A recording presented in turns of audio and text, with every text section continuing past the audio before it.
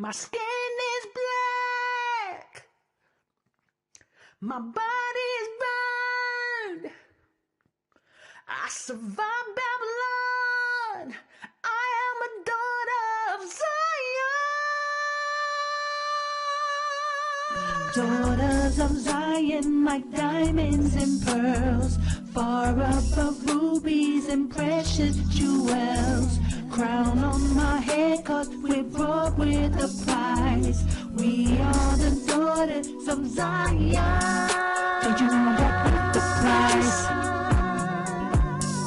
Don't you know I'm brought with the price? Don't you know I'm brought with the price? Don't you know I'm brought with the price? You can stop calling me princess, not because I'm wearing a crown, not because of what you see. It's the royalty in me. He's running through my blood. He's running through my blood. 'Cause he is the king of us all. Daughters of Zion, like diamonds and pearls, far above rubies and precious jewels. Crown on my head, 'cause we're brought with a price. We are the daughters of Zion. Don't you know I'm brought with the price?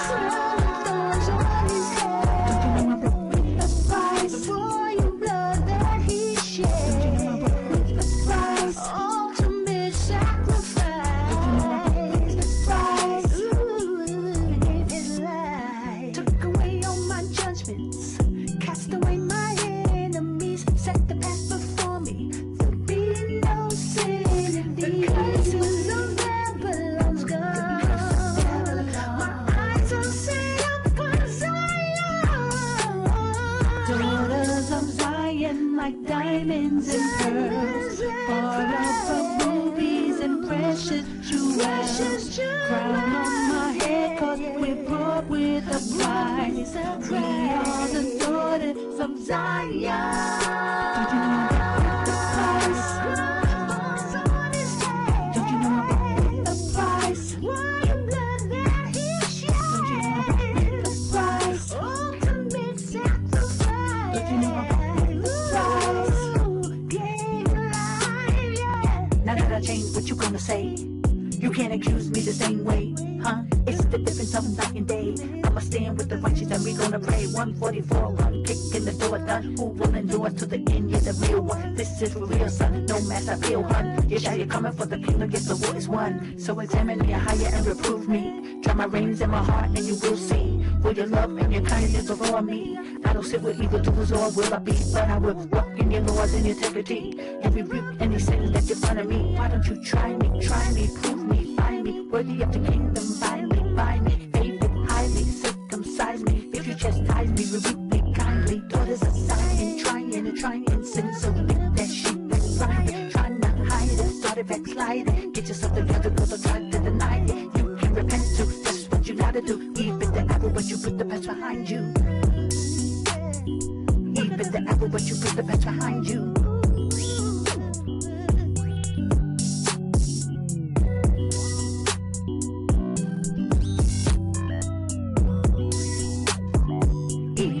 But you put the past behind you. Daughters of Zion, like diamonds and pearls, far above rubies and precious jewels. Crown on my head, 'cause we're brought with a price. We are the daughters of Zion.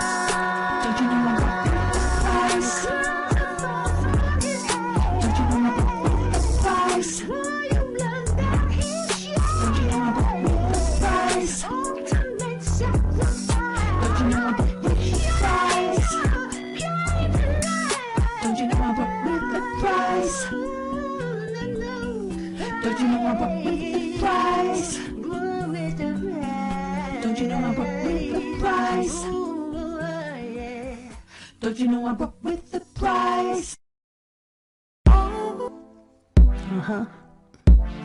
AHAYAH, bring the fire. Hear me now. Let's go, Yashaya. Let the Holy Spirit lead. That's right. Quadash will rock now. Come out of Babylon. AHAYAH, bring the fire, you will drop the beat. Holy, Kodash, how you want you holy. Kodash, Roba, Kodash, Kodash, Kodash, Kodash, it's a holy place. That's Kodash,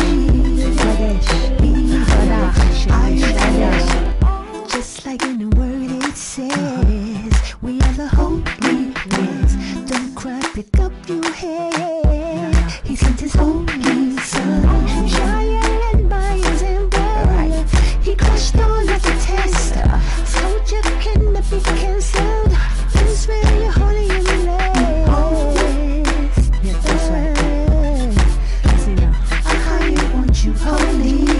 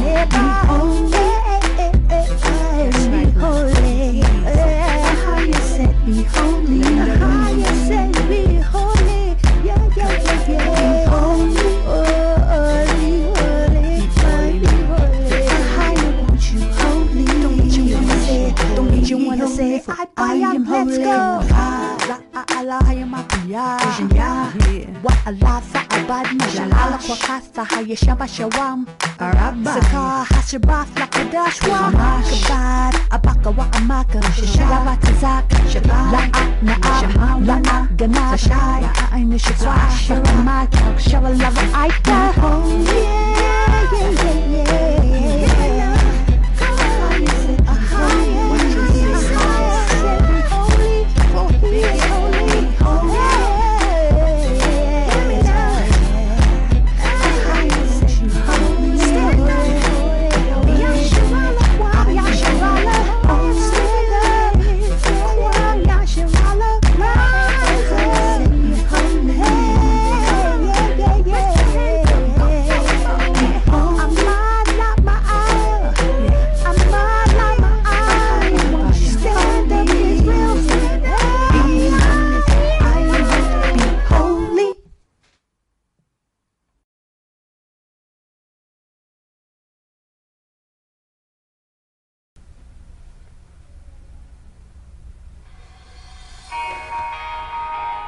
Praise AHAYAH. Yashaya. Rahawat. Lost are saved, find their way at the sound of your great name. All can dance, feel no shame at the sound of your great name. Every fear has no place at the sound of your great name. Enemy, he has to leave at the sound of your great name. Oh, Yashaya. Worthy is the Lamb that was slain for us. Son of a higher man, you are high and lifted up, and all the world will praise your great name. Hey, hey, your great name. All the weak find their strength at the sound of your great name. Hungry souls receive grace at the sound of your great name. The fatherless, they find rest at the sound of your great name. And the sick and dead are raised at the sound of your great name.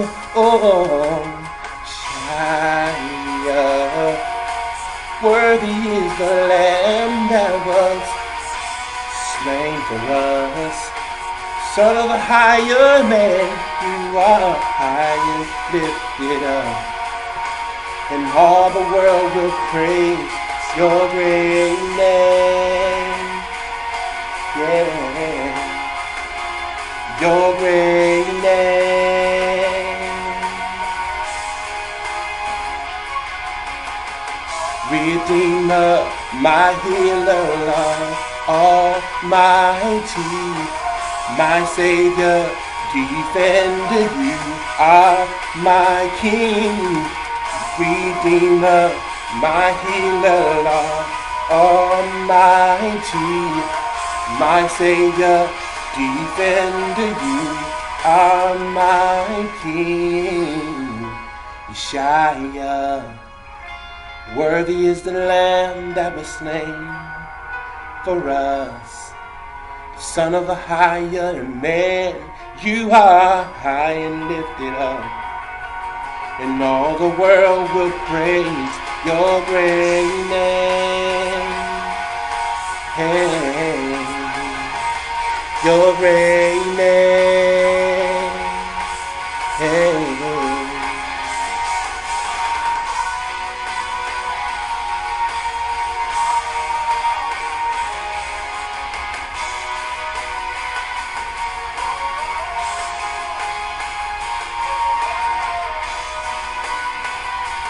your great name, your great name. Praise you, high. Praise you, high.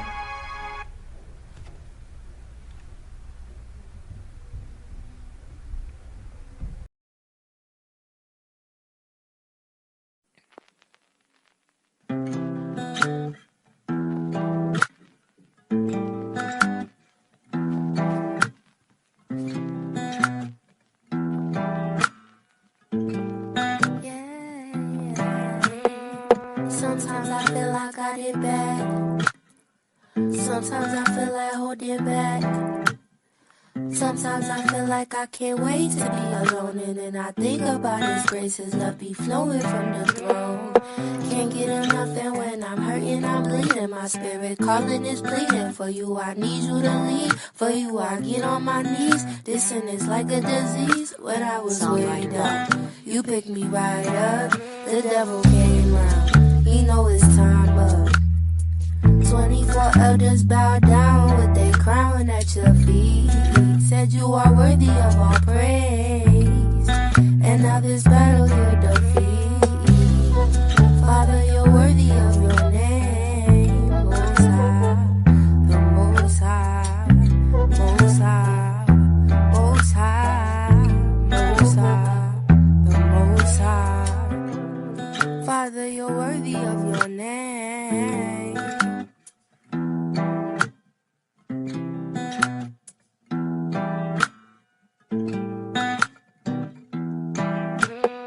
Sometimes I feel like I did bad. Sometimes I feel like holding back. Sometimes I feel like I can't wait to be alone. And then I think about His grace, His love be flowing from the throne. Can't get enough, and when I'm hurting, I'm bleeding. My spirit calling is pleading. For you, I need you to lead. For you, I get on my knees. This sin is like a disease. When I was way down, you picked me right up. The devil came round. He know it's time up. 24 elders bow down with their crown at your feet. Said you are worthy of all praise, and now this battle you defeat. Father, you're worthy of your name. Most high, the most high, most high, most high, most high, the most high. Father, you're worthy of your name.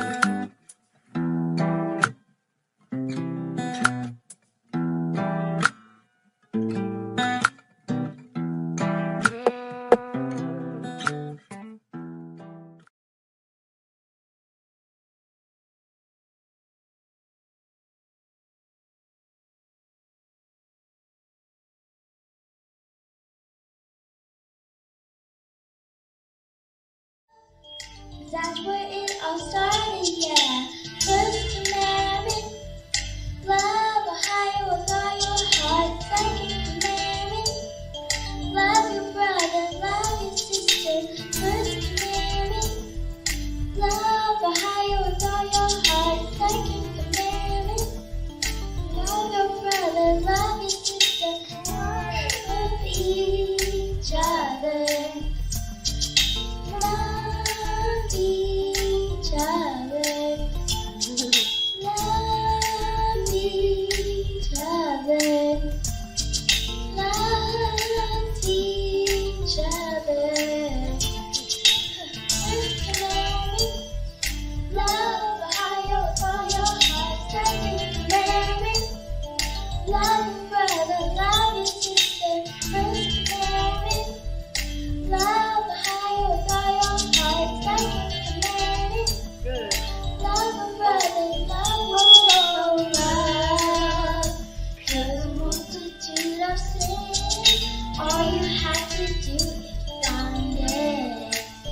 Oh, love cares everything and anything. All you have to do is find it. 'Cause hurt people will hurt people, but love will cure the brokenhearted.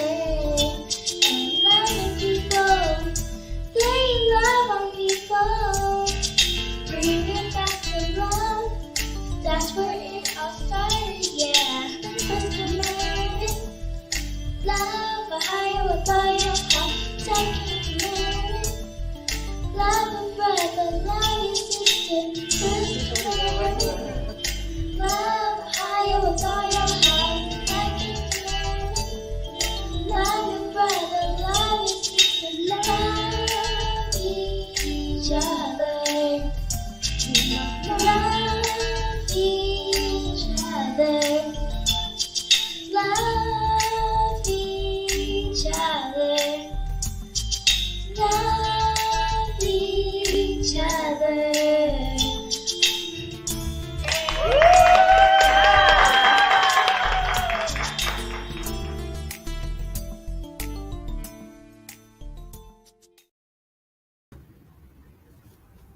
Shalom, Israel. Praise AHAYAH, Yashaya. And first and foremost, I have to give all praise and glory and honor to AHAYAH, AHAYAH, Yashaya. I'm so happy to be here. Praise AHAYAH, guys. I hope you all are doing well. Shabbat Shalom. As I'm going into the Sabbath, I'm in the Sabbath, and I pray you have a wonderful and blessed Sabbath as well. How are you guys doing? I don't see too many people. I got a lot of things up here now. But I just want to just say, there is so much going on, brothers and sisters. So much. And there's a lot of information. And there was a few things that I wanted to talk about. So, you see the title of this this podcast, and it's called the Triflin Negro, and learn not the way of the heathen. And the reason why I chose this topic is because, guys, it's so much going on, and everything is geared and centered around our people. And I just have to say first, welcome to the Nappy Hair Chronicles. But I don't have my nappy hair out today. Sorry, guys, because I was rushing and trying to, get together. And I'm sorry that I'm late. I have to apologize. And I thank you guys so much for joining me, coming in and supporting me. I appreciate it. Praise AHAYAH. As I pray that you guys are making your way out of Babylon and just want to tune in and see what's going on here in Jordan. But and I have a lot of, new things I'm, going to start doing, and I want you guys to stay tuned for. One is definitely I'm starting to prepare for the my homesteading. Finally, I've been talking about that since last year, but because I came back into the city I'm on, I hadn't been able to do the homesteading, but I figured out a way how I'm going to do it up here until because preparation is a must. I must not stop or let this hinder me in the preparation. So that's what I'm gonna, that's what I'm doing. So stay tuned for that, and we're gonna do a lot of interesting stuff. But back to what I was saying about the title of this the Trifling Negro. I really want to talk about this. I have a lot of information. I have a couple of videos that I want to share with you, a lot of videos so that, you can kind of get the gist of what I'm talking about. Now, a lot of people, I'm sure that they will probably be offended. Christ said in Matthew 24 that many shall be offended. So it wouldn't surprise me that, people would see this type of title and they would probably be like, a little turned off because our people, we don't want to hear, nobody really wants to hear anything, that's not appealing, to the ear, or smooth sentences that make you feel really good and, things like that. So I figured that this topic would be a little, bit, but I think it's something that y'all will appreciate once you understand, kind of where I'm going with it.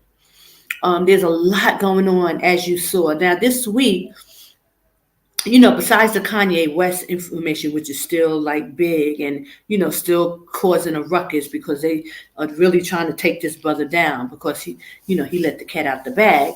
Then there's, a lot of these celebrities are going through a lot of stuff. And, I don't know how many of you are affiliated with rap music, but, I love rap music. I also always felt that rap was like our way to be able to cry out. It was our voice coming out of the hood, and now it became so wicked now, so I understand people really not feeling it or feel that it's, because it is very wicked at this point.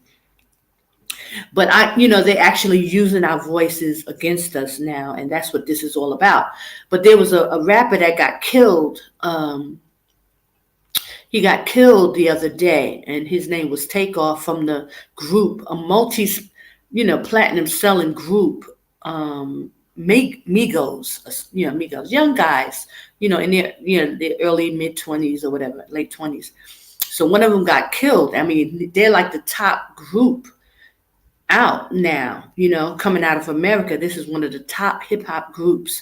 So, this whole thing of black men killing each other is just going to a whole new level. I mean, all these rappers are being killed, and a lot of them like to blame like these record labels, which maybe are setting them up, or all kind of little conspiracy situations have come out of this. But guys, the point is that the black men are being killed, and another point is that they're being killed by each other.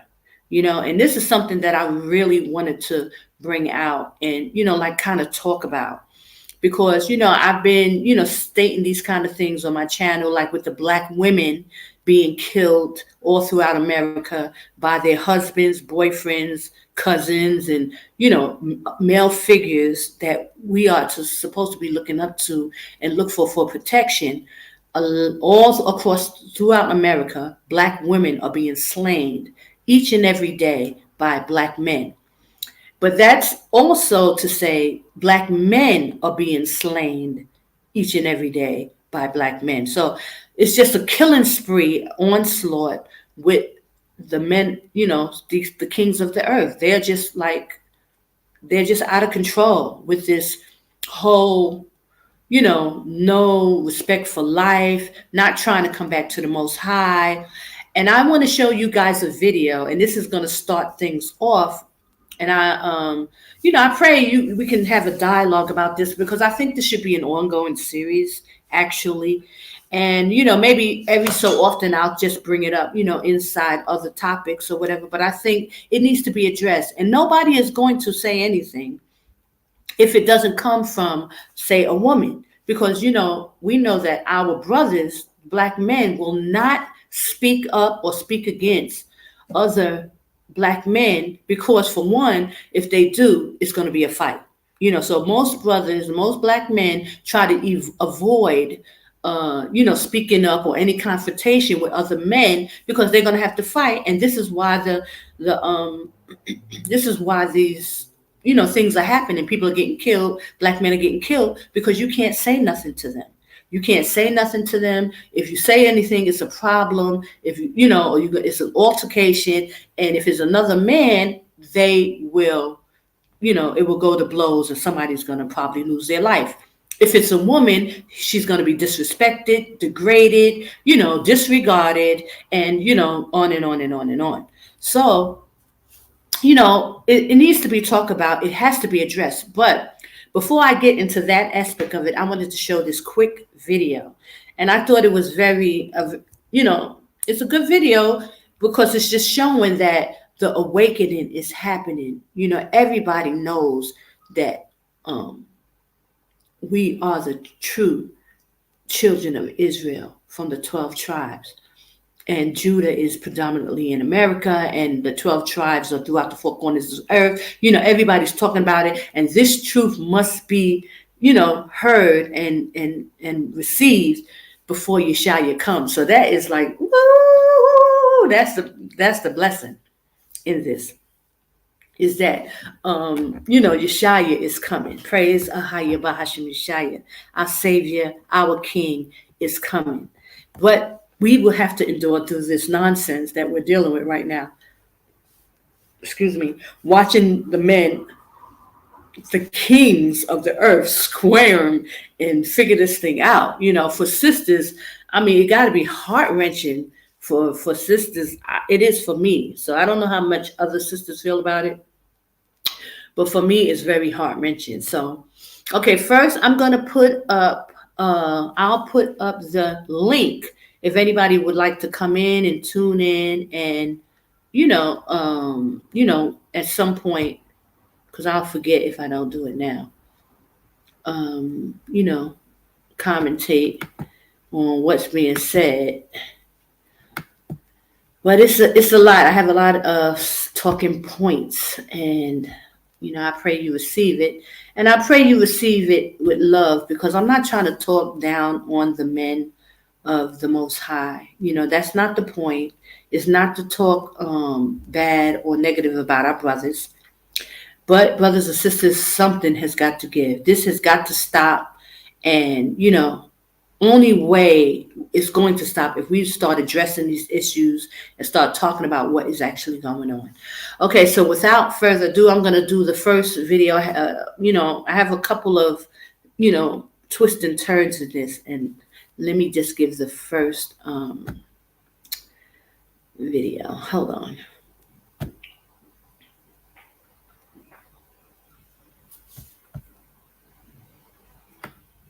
I don't know what I did with it. Hold on.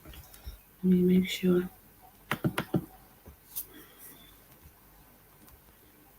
Guys, okay, here we go.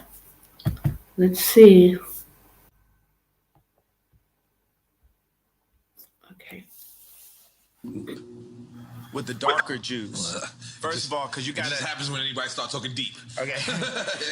Yeah, with the darker Jews, the 12 lost tribes of Israel, who we are. With the darker Jews, the 12 lost tribes of Israel, who we are. With the darker Jews, the 12 lost tribes of Israel, who we are. With the darker Jews, the 12 lost tribes of Israel, who we are. Because we Jewish also. We from Africa also. We're the blood of Christ. So we're not just black. We are Jews. So we're the blood of Christ. So we're not just black. We are Jews. So we're the blood of Christ. So we're not just black. We are Jews. So we're the blood of Christ. So we're not just black. We are Jews. All you're gonna see. You know what I'm saying? So if you apply yourself, you know what I'm saying? It's documented so much throughout history. Whatever sector, right. You know what I'm saying? But I grew up an Israelite. Wow. You know what I'm saying? Wow. So my family are Hebrew Israelites, and so I was able to somewhat learn from that growing up. And then it just gravitated me to go to Israel and see what I've been learning firsthand. Wow. So I just went. Okay, I just wanted to pause it for a minute and just give you guys some insight. This is a video that I ran across showing how many celebrities, really know who we are and that they are awakened and they know what time it is. So I just wanted to play this video. I went there on that. Like whatever I feel in my body and my heart, that's just what I am. Like just growing up, my uncle was a Hebrew Israelite. He passed away. I looked up to him a lot. You know what I'm saying? It just the little bit I know about it. So I just feel like that's our true religion. You know what I'm saying? Our people are Israelites. That's what I believe. You know what I'm saying? Just. Ancestors were Igbos from Nigeria, and Igbos are called black Jews. That they're industrious, that they go after things, that they're hard-working people. So all the way back in my DNA, we were self-sufficient. I love the Israelite community, man. I believe they dope. Got a lot of dope insight, a lot of things that people that's not Israelites can learn from. The Israelites, they try to do a lot of study and a lot of research, and not just with what's thrown in front of them. They try to go back as far as possible and try to do as much research as possible, and that's what humans are supposed to do. So, I fuck with the Israelites heavy for sure. But if you go back to the original way these scriptures was written, like if the Old Testament, and you look at the original way that the scripture was written, they wasn't calling the higher power the things they calling them now. You know what I'm saying? He had a name. You know what I'm saying? The name that they used. I had to take so the name. You look in the original scriptures, then that's what you will find. But yeah, I mean, people just got to do their research, man. And then the people that do their research got to continue to spread information and document it so that the next generation and the next generation and future generations could just be in a better predicament. Because when me and you was born, we was born. To Negro Latinos and everything. Hey, what's up, cat? Hey, wait, slow down, cat. Come here. I see you talking about him all the time. I know you record. We know he not black. Hey, look here. You know you an Israelite? Been on that. You been knowing you an Israelite? Hey, stay strong. Hey, NBA young boy. Hey, come holler at me, bro. Hey, you believe in the Bible, man? Huh? You believe in the Bible, bro? Hey, no, you an Israelite. You gotta repent. You the chosen. You the chosen of the Bible, bro. Right? Hey, repent and be converted, man. Alright? Or the Lord gonna bring a judgment on you. Alright? Know that. The Lord might put you to death, so you better repent. Alright? Hey, Blake Griffin, no, you're an Israelite. Is that Blake? Hey, Blake Griffin, no, you're an Israelite, man. You're a Levite, man. You're a Haitian. That's right. Hey, you're an Israelite, bro. Blake, you know it, man. Hey, Blake, hey, repent. You done been. I seen you walk past the camp before. Hey, repent, Blake. Listen, show. You see that? I want to read a couple verses for you right now. All right, Kate? Show him his nationality, man. Show him who he is, huh? You know, according to the scriptures, right, the so-called black man is from the tribe of Judah. Right. The so-called black man is from the tribe of Judah. Right. The so-called black man is from the tribe of Judah. Right. so-called black man is from the tribe of Judah. Right. Right? Yeah. And we want to bring out 2 scriptures for you if you got the time, King. Yeah, of course. I always got time for scriptures. Oh, right. Now, if you don't know, you're from the tribe of Judah, from the nation of Israel. That's your nationality. You're not a black American. You're not African American. You're not an Afro-American. You don't even got an Afro. You understand? That's a you know, so we are the children of Israel, man. And we got right now, as America's falling, we're rising as a people. You understand? Before, back in the 90s, it wasn't cool to be an Israelite. Now, this thing is spreading worldwide. All you gotta do is Google Hebrew Israelites. You know what I'm saying?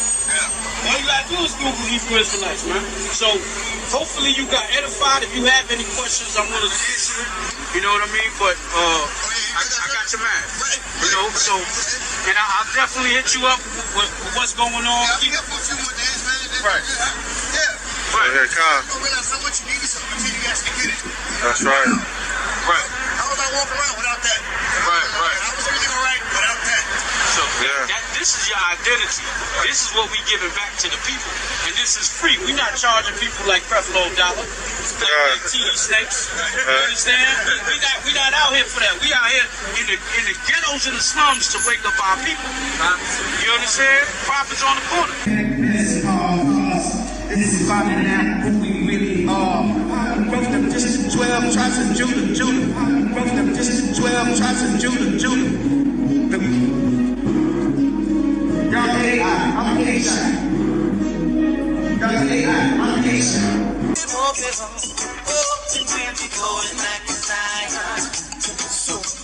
We're leaving Babylon. I'm going back to Zion. Leaving Babylon, yo.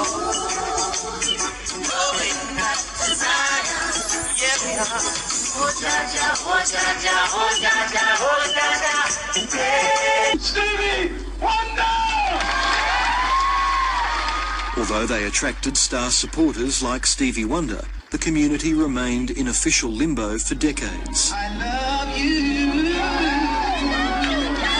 I am here because I really care.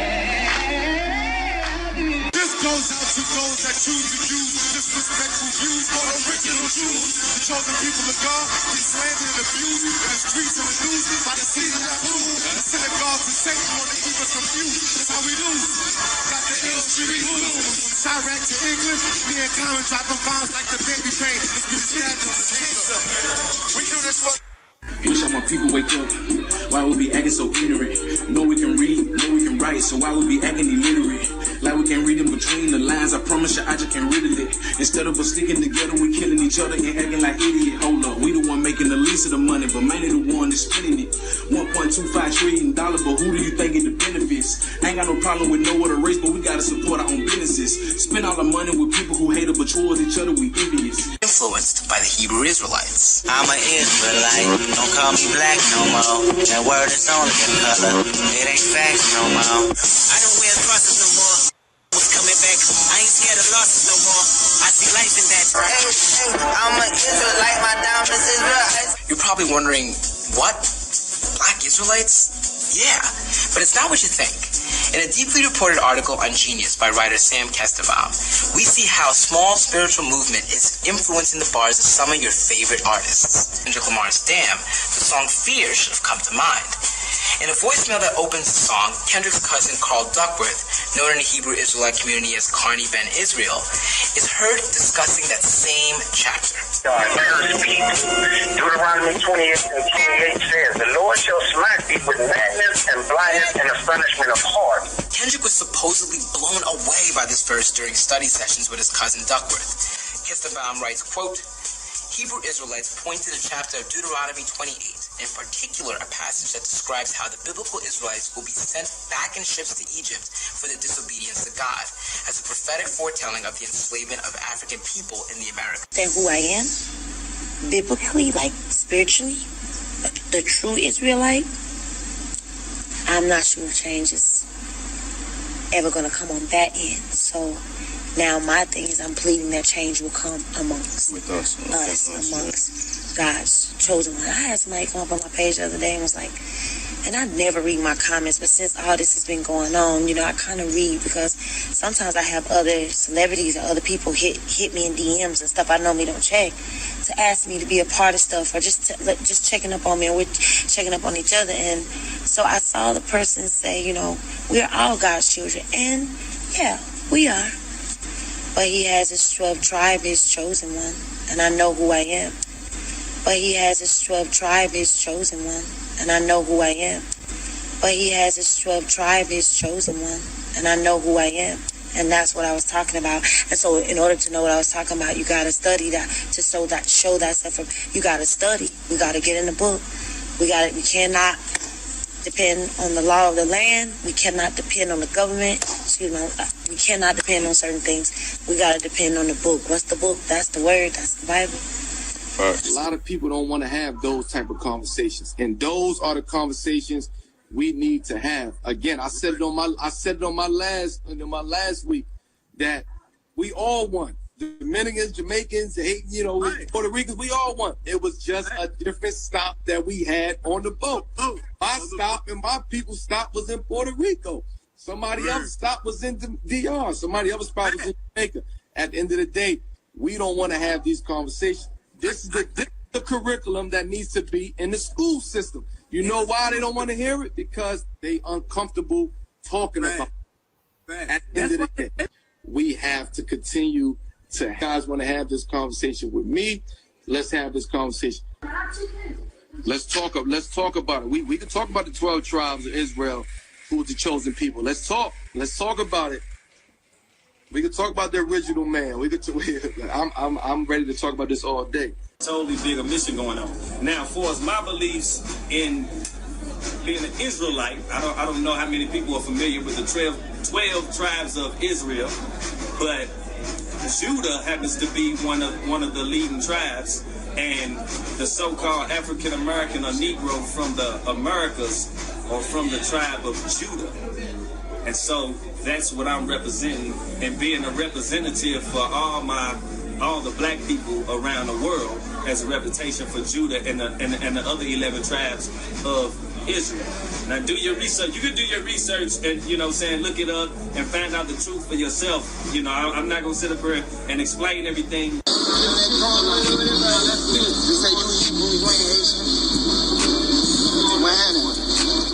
They say you Hebrew, you ain't Haitian. I'm Hebrew Israelite. I'm Jewish and I'm Jewish.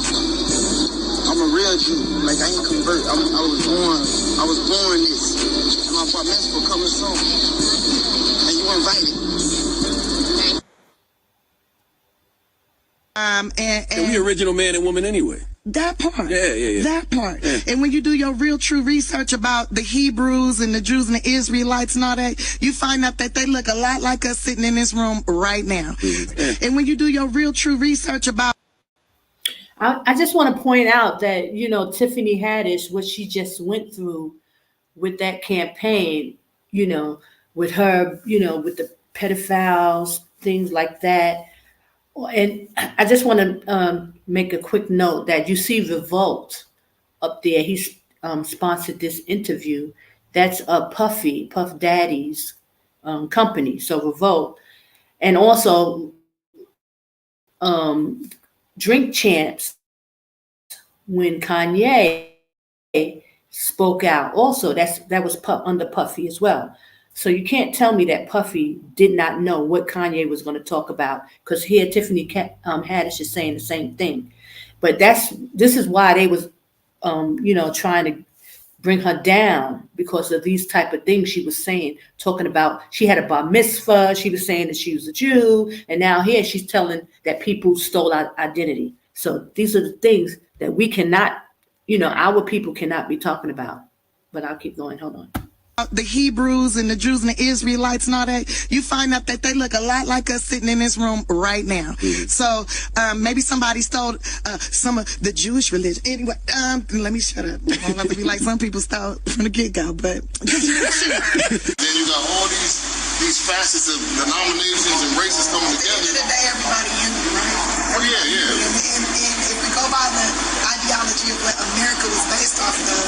It's supposed to be one nation under God. Yeah, You're free to worship whoever you want, whatever God you choose. So I feel like personally, I know what I am. I'm a stand for what I am. So what are your questions about? Carmen looks a little uncomfortable there. He looks like, you know, he's a little uncomfortable, although he has also been seen and, you know, like on stage singing and rapping about, you know, who we are as well. But I just noticed that he looked real uncomfortable here with her talking like that. Okay. You're an Israelite, right? Clap it up for the sisters. I know what I am. I'm a representative of what I am, but at the same time, I am in that nation. Right. I'm not in my indigenous nation. Right, I understand. So you got and you moving I don't want to see nobody that look like me because they're going to use my voice to do something. You must lose it. So I'm going to do it. Right. All right. So we appreciate y'all and we love y'all. Definitely. For 400 years, you had your knees on her neck, a garden of evil with no seeds of respect. In America's mirror, all she sees is regret. Instead of letting blood live, they begging for bloodlet. The Bible, it said 400 years it said people would be in a country that you would be strangers in for 400 years, and this is 401. 1619. 1619.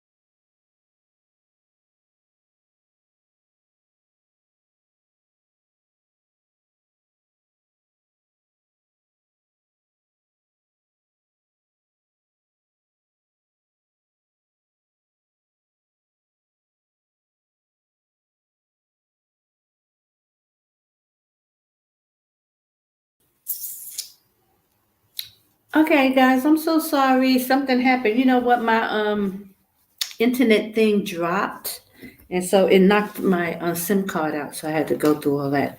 So please forgive me. And it took off my. I don't know if I can start this from the beginning. I mean, if I have to start this from the beginning, because the ending part was very important. But let me see if I can, start this back. Hold on. Let me see how I can do this. Give me 1 second, guys.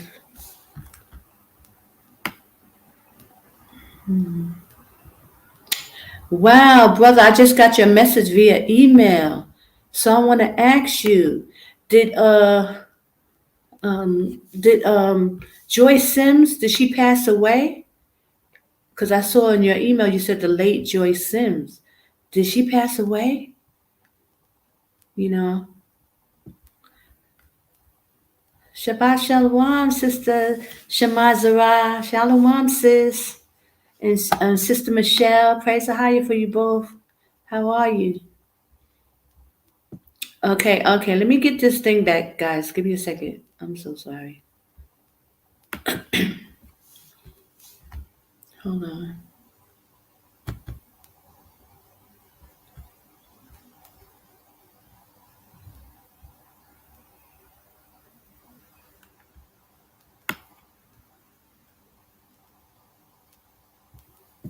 We have it. Hey, bro.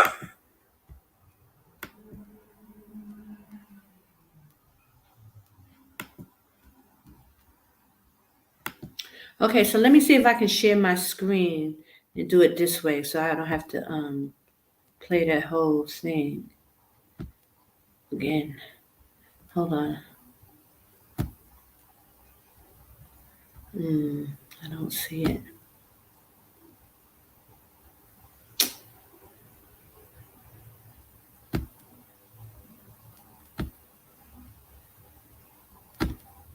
Give me 1 minute. What is this?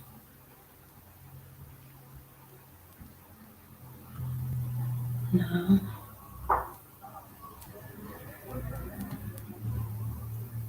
No, I can't seem to. I don't want to start it all the way from the beginning, but I might have to because I really wanted to talk about the ending and then go into something else. So I hope I don't have to start this thing again. Hold on.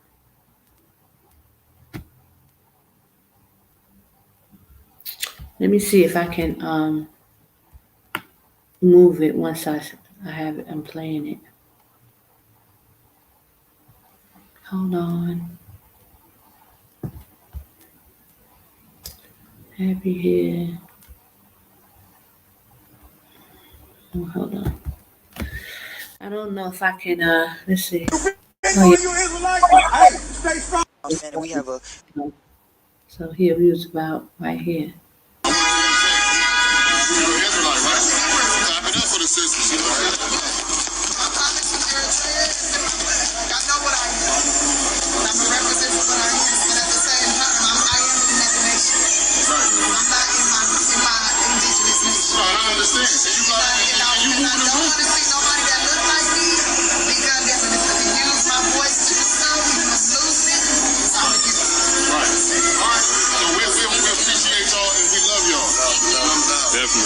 For 400 years, you had your knees on her neck, a garden of evil with no seeds of respect.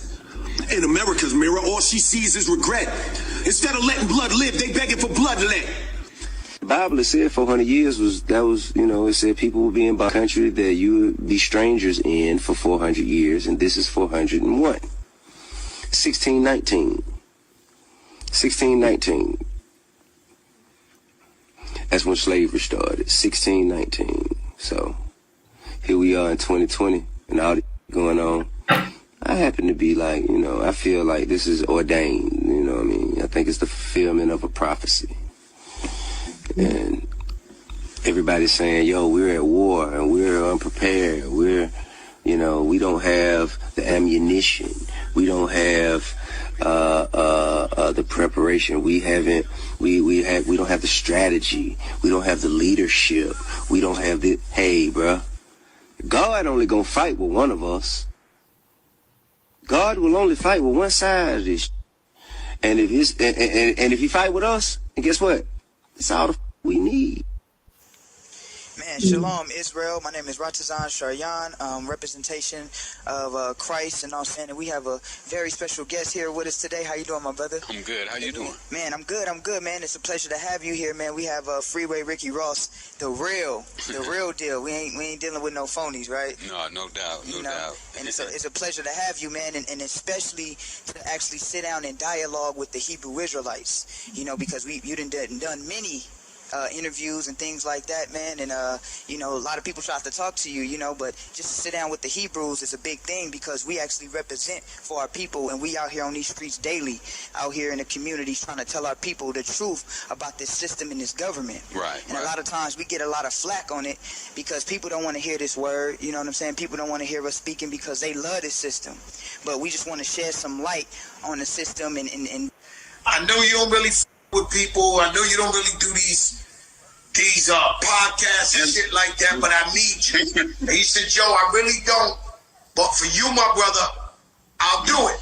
And I'm beyond honored, but when I was speaking to you, you told me, yo, Joe, I'm into I'm Jewish now, but how do you break that down to me, G?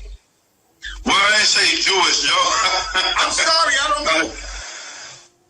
I just said I'll come to the realization, saying some years back, saying that, who we call African Americans here in this country is the descendants of the biblical Hebrew Israelites.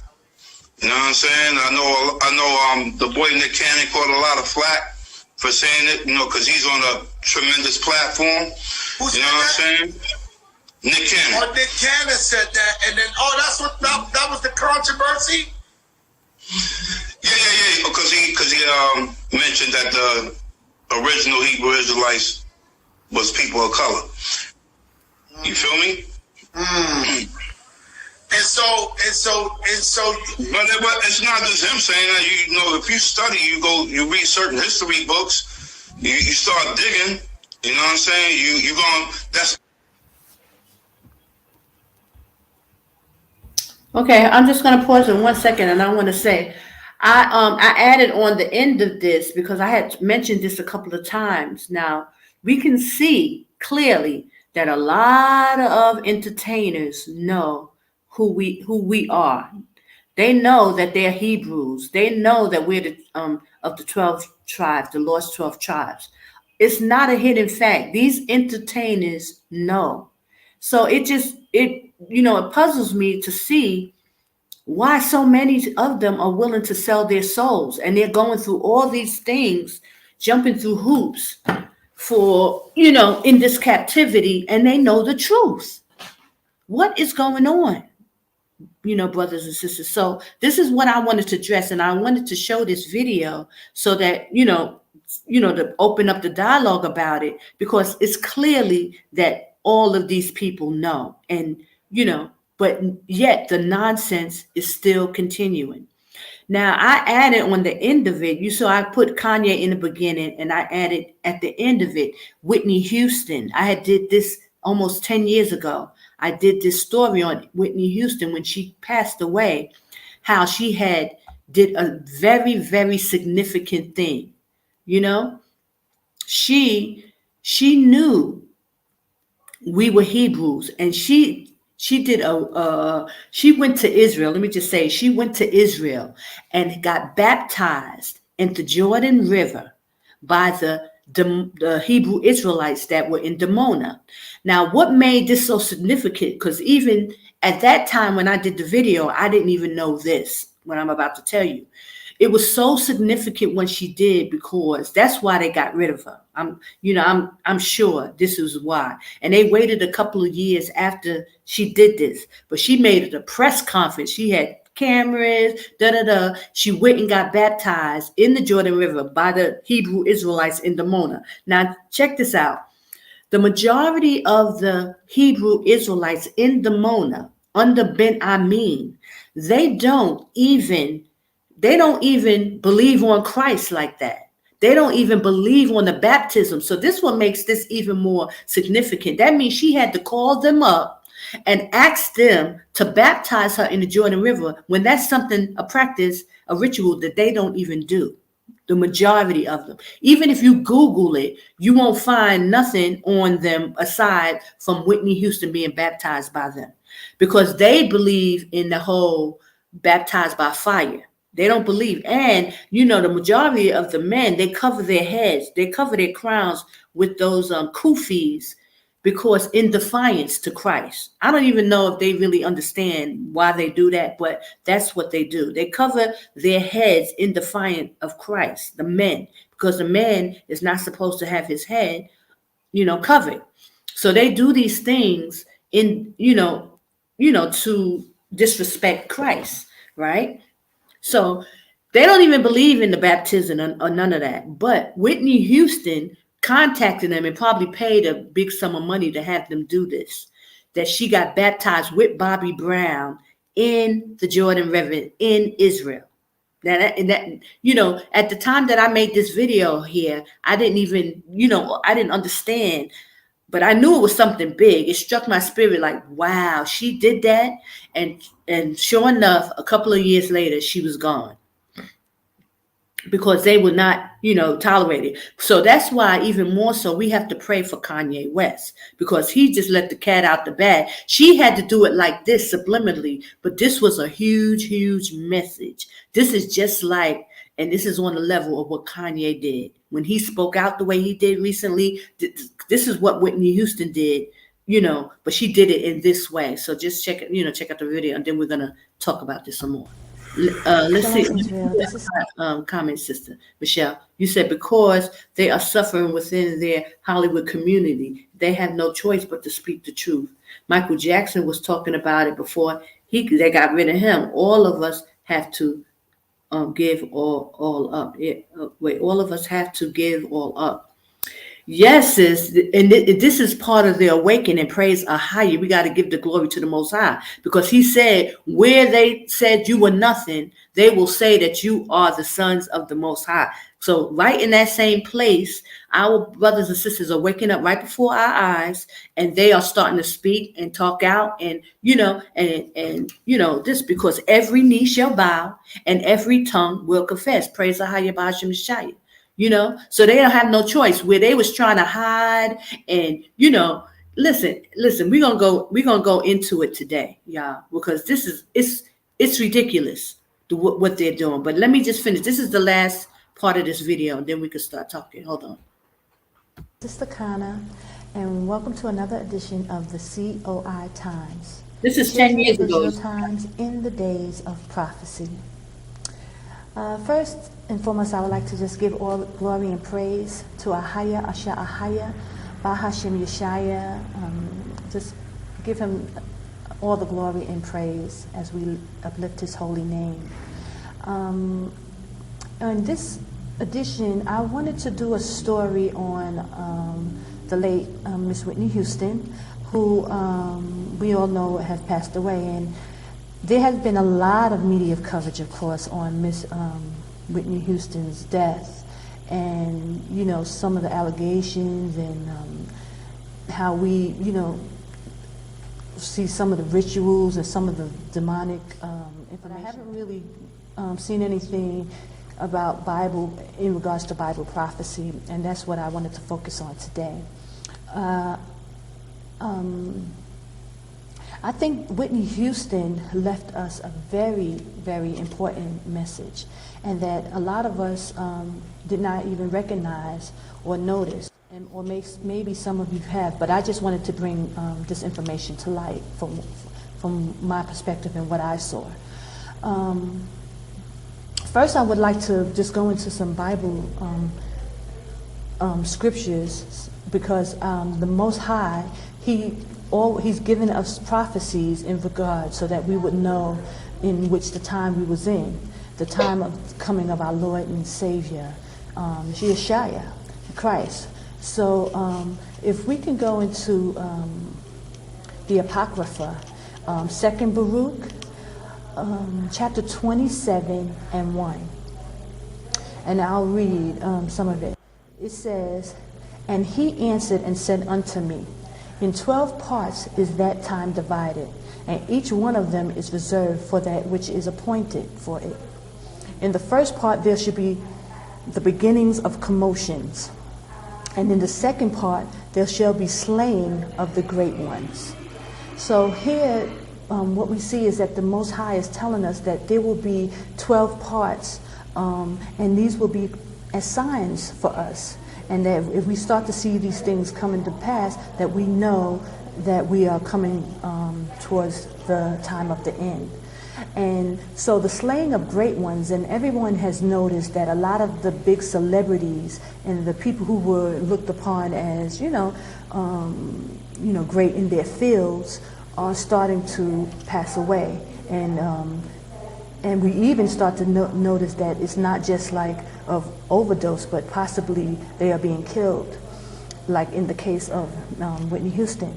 So it just clearly shows us that the Bible was telling us to look for these signs as the signs of Christ's coming, and that these are part of the things that we would go through.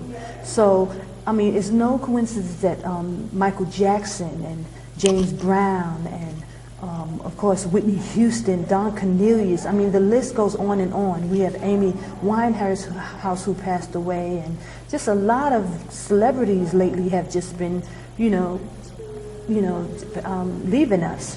And so the Bible, I just wanted to point to that the Bible did tell us that. It said in the second part there should be slaying of the great ones. But I just wanted to bring that out and bring it into a Bible perspective, that the Most High did warn us that there would be slaying of the great ones among us, or those who were considered great in their field. And then we noticed that a lot of deaths have been happening of some of the celebrities, and even football players and basketball players, just a lot of death going on. So, and I just wanted to point that out so that people could understand the time we are in, for those who have eyes to see and ears to hear. So I just want to go into the rest of the segment, which is just pointing to the fact that Whitney Houston sent us a very strong message. And actually in 2003, she went to Israel, and she went to visit the Hebrew Israelites in Dimona who are in Israel, and she actually got baptized in the name of Christ, Yashaya. And so the message was definitely strong, and even though she couldn't verbally tell us these things, through picture and through the media, she told the world that she knew she was Israel. She told the world that we needed to get baptized in Christ's name. It's home. It's home. It's a friendship I've never had with any other country, really. Absolutely beautiful. And she even pointed to the Holy Land in which, she felt she was home. This is what she actually said, that it feels like home. So I just really think we need to reflect on this and understand that the Most High is waking Israel up. And even back in 2003, before many of us even knew anything about being, Israel, she had already set the stage. And this may be one of the reasons why, what attributed to her being slain. And because people realized that she was waking up. And I'm sure there's a lot of other celebrities who are probably going through the same process too, because the Spirit of the Most High has been poured out. And for those of you who can see and we understand what's going on and what this process is, we know that it's time for us to prepare and get ready. But and then while a lot of the masses are asleep, but Whitney Houston seemed definitely as if she was awake, and she knew what time it was, and she sent this message. And this authenticizes, my rebirth from coming from America, coming to the Holy Land. That's it. And do you think all of you feel this way? Whitney and Bobby? Yeah, Whitney's my sister, so I'm the oldest brother, so she's automatically, there's a redemptive, process here.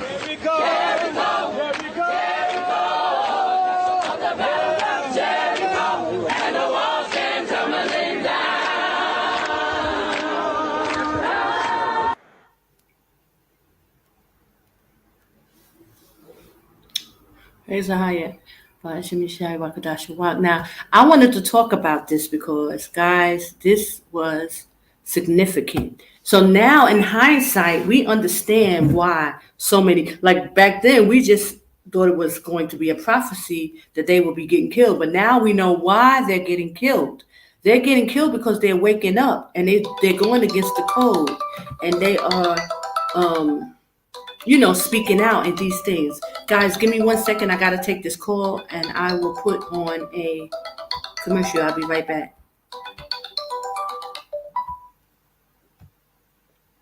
Hold on 1 second.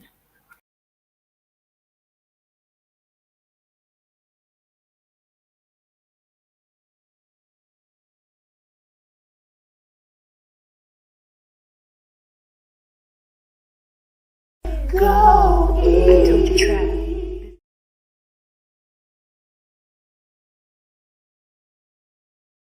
I told you travel. You know we're in the last days, coming to the final phase. AHAYAH's gonna show his face to his people. You know it's time to go. You feel it in your soul. The Holy Spirit tells you so. Get ready. Go east. AHAYAH prepare to play. I told you travel. Go east to plead with you face to face. I told you travel. Go east. There is a safe place. I told you travel. Go east. For those who have an ear, let them hear. Go east. I told you travel. Visit us at itojatravel.com. You know we're in the last days, coming to the final phase. AHAYAH's gonna show his face to his people. You know it's time to go. You feel it in your soul. The Holy Spirit tells you so. Get ready. Go east. AHAYAH prepare to play. I told you travel. Go east to plead with you face to face. I told you travel. Go east. There is a safe place. I told you travel. Go east. For those who have an ear, let them hear. Go east. I told you travel. Visit us at itojatravel.com.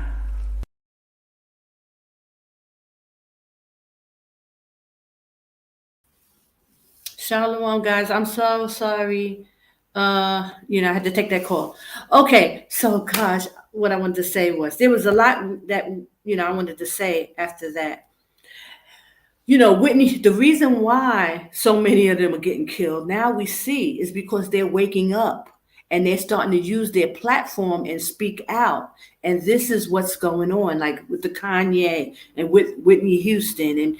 And I wanted to, did y'all take notice to Bobby Brown? Like now, that brother, even though they didn't get rid of him, they didn't wipe him out, but they killed his kids, his son and Bobby Christina. And he looks like he's just been through it all, because he was with Whitney Houston when she went there and got baptized. But for some reason, they didn't get rid of him too, but they killed his children and, his son and Christina, the daughter, and so he just looks like he's just, he's dead, like You know how he's alive, but he's just walking the walking dead because they took everything from him, stripped that brother down to nothing. And this is what they doing to our brothers and sisters who got into that, into that hole, of Hollywood.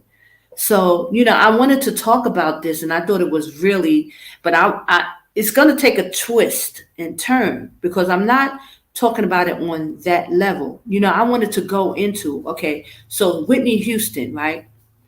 She made that statement. She went to Israel. She got baptized by the Damonin Hebrew Israelites, and she did that on purpose. She took a stand. She was giving us a message to let us know about the baptism, about Israel, about the Hebrew Israelites. She put them on stage, and on a very high stage because she had millions of people looking at her. But then how they took her out. I don't know if y'all remember, and I put a couple of other videos together, but I didn't have enough time to like put this whole thing together. But I download what I could, so if y'all will bear with me, y'all will see what I'm going with this.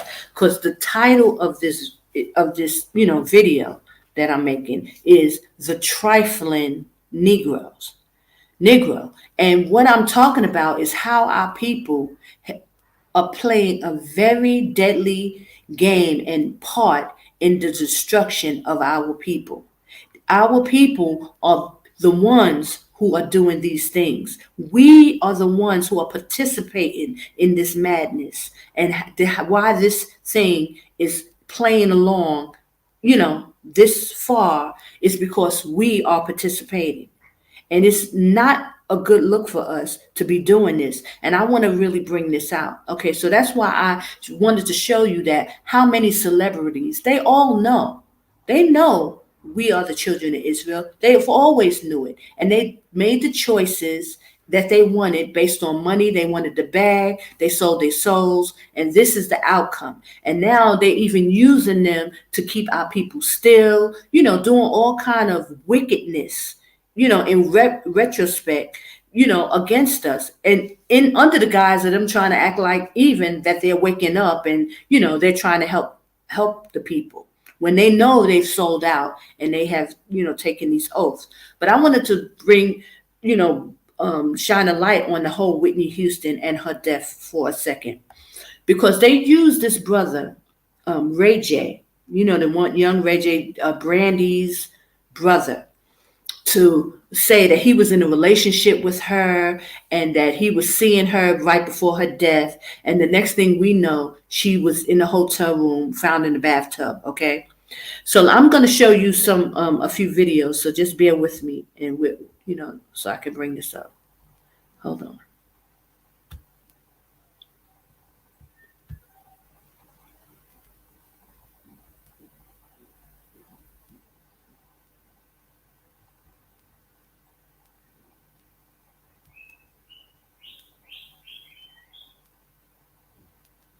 Okay, mate. There's a lot of information that I wanted to go into, but I don't know. I wasn't able to have time to do everything that I wanted to do. Okay, hold on.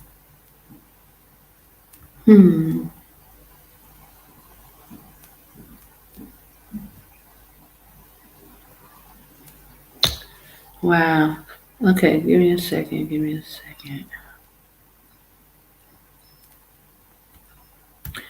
Okay, hold on.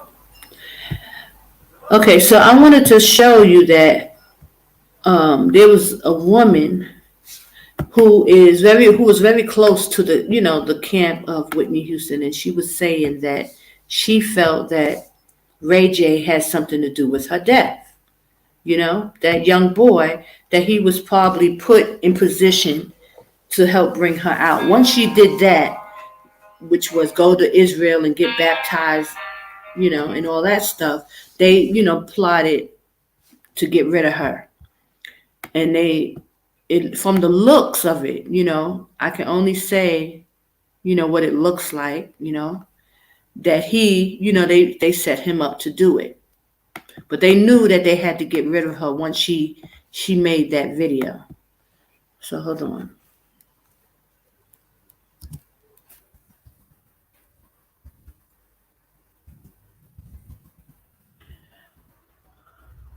So there was a woman who was very close to Whitney Houston Camp. She was like an aunt, or I'll let you see it. I'm gonna share this video. Hold on, and just show you.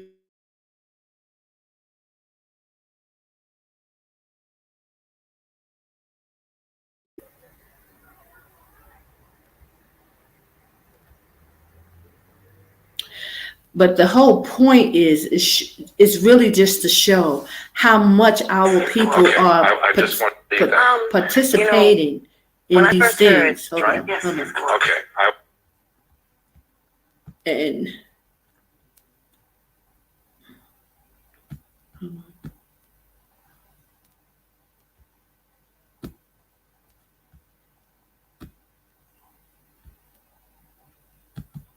okay, here we go.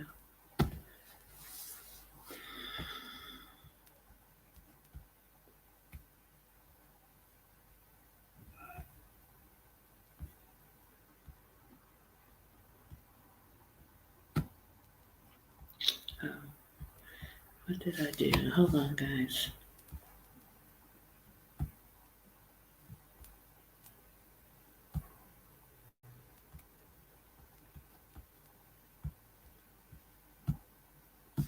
I just want to get your take on this. What do you think? When I first heard the news that I can see you're upset. yes, I am. I really am, because I think it's what I said it was in the beginning. When I first seen this, and I saw the news, and I saw, I'm sorry, please excuse me, I just have to come out and say this. Please. I saw Ray J coming out of the hotel, hiding his head, being pushed into the car. Why? I looked and I said, why is he hiding? Why is he hiding his face? He's always trying to show his face when he's around Whitney. Why now? Why are you trying to hide now, Ray J? And I put it all together. When I first heard she passed away, I said, my God, somebody gave her a bad bag. Okay. Yes. I promise you, that was the first thing that came out of my mouth. And then I saw Ray J. And it all added up.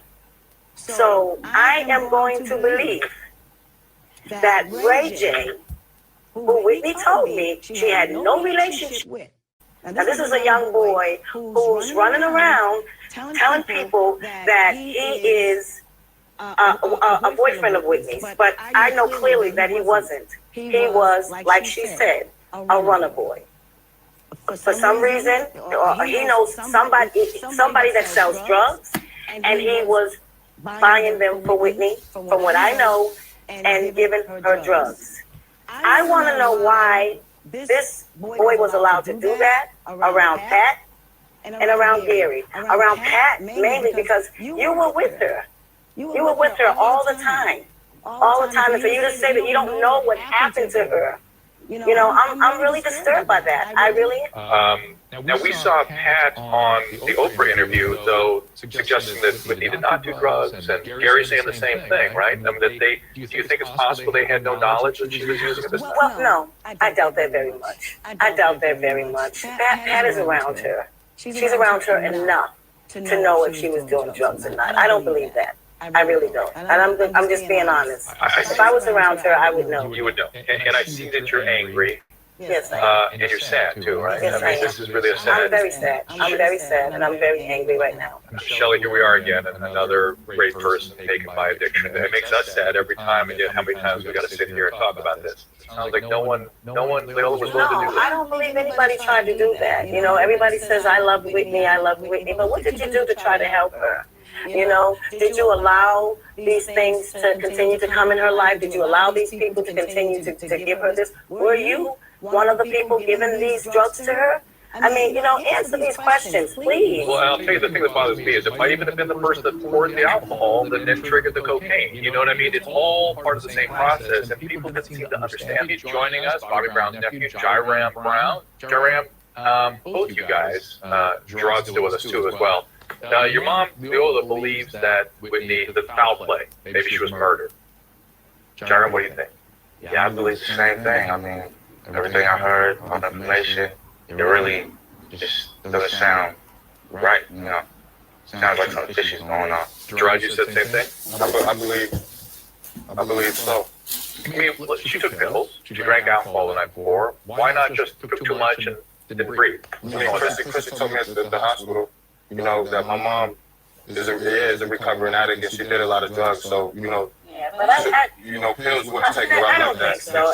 And Pills just require, you know what I'm saying? I had a tumor before. I was on pain pills before, and they're prescribed by a doctor, and you know how to take them.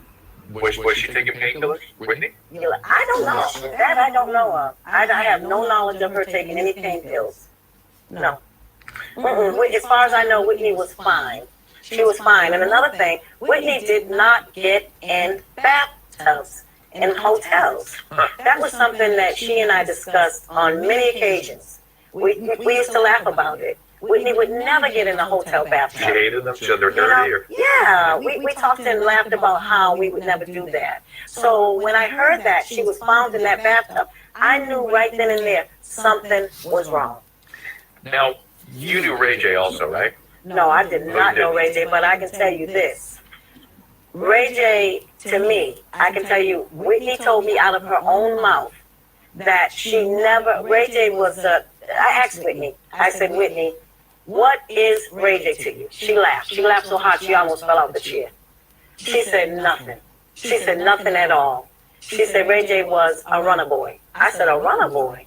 She said that they were never together. So this stuff about Ray J, there's a lot of games being played here with Ray J using Whitney's name to say that he's with Whitney Houston. That is, I doubt it very, very, very, very much. And Jerem, do you know anything about this? Is it Nick? Is that this fellow's name? That's supposedly your fiance. What is their relationship with Bobby Christina? He came in as a brother, but I guess now he's ending up trying to be a boyfriend. Is he? Which I feel like he doesn't have true feelings for Chrissy. You think he's up to something? Yeah, I think he's up to something. I think most people around Chrissy are up to something. Yeah. I mean, it's just a lot of, and we're not here just bashing everybody. It may seem like that, but really, it's a lot of stuff that we know, and there's a lot of stuff that's going on that the world does not know. There's a lot of people that are not who they say they are. They don't have Chrissy's best interests. No. And I think Whitney knew that.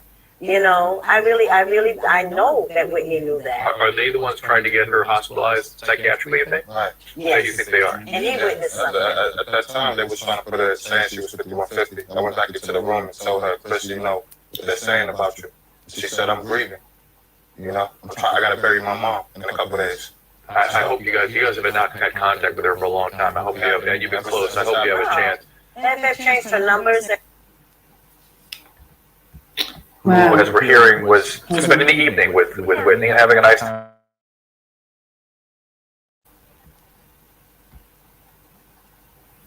Hold on.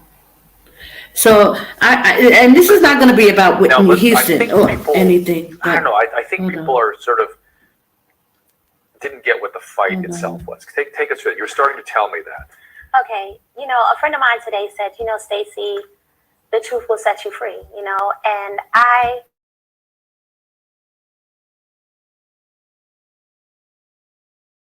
So, this is not about like just Whitney Houston. I just want to bring up the situation because I wanted to move it towards like Ray J and just some other, different points. So give me a second. I'm going to add another.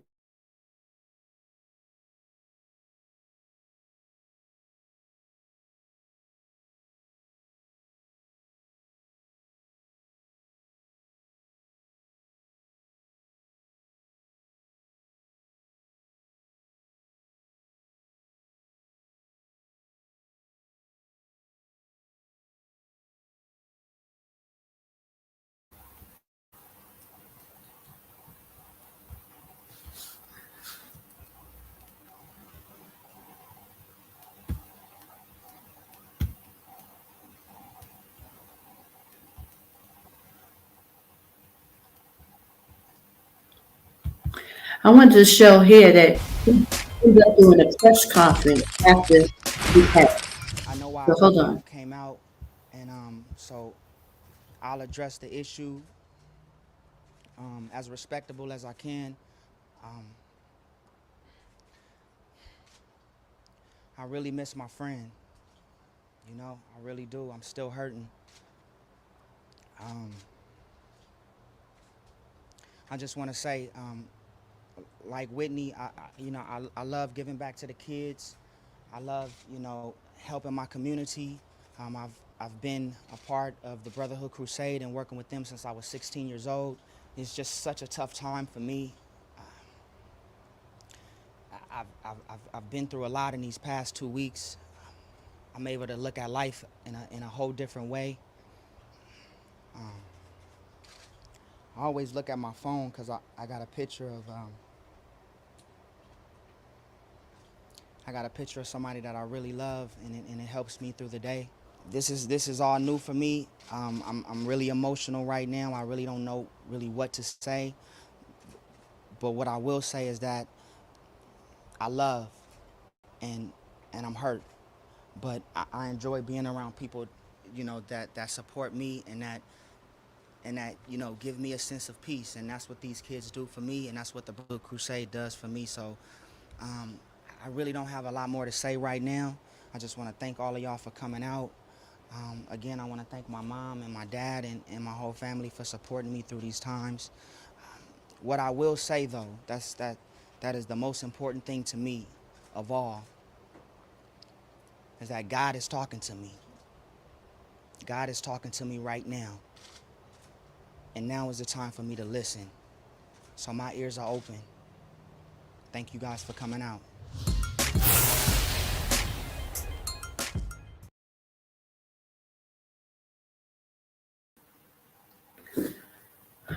Hold on.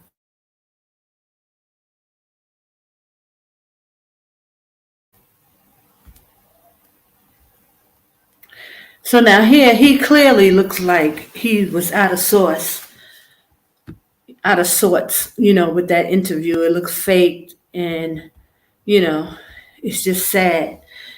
And I just really wanted to, like kind of bring that out. And right now, you know, Ray J is considered to be very wealthy, like he's a millionaire. Now,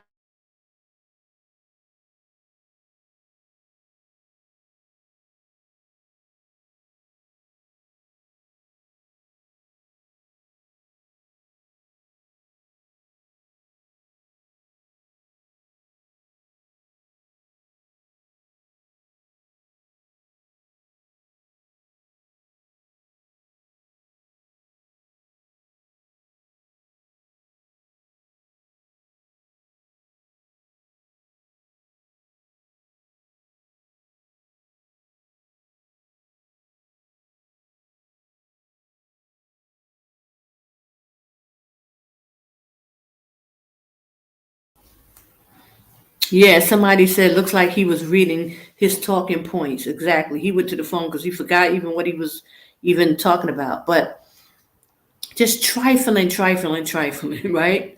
So I wanted to bring this out about, him and others. He he became a millionaire after this. Like that was his payoff. Like now he's not an entertainer, because even though he started out as a singer, but now he got so many companies and his companies are doing well, and he now he's a millionaire. He's on millionaire status. Now, mind you, he did do the sex tape with Kim Kardashian, and he made some money off of that.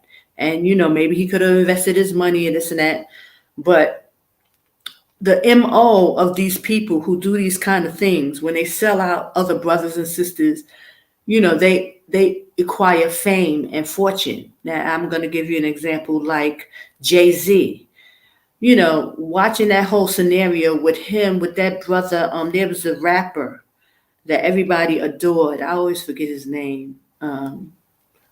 He's a rapper, but he got killed in California. He was supposedly under Jay-Z, and he was supposed to be meeting Jay-Z that day at the police station,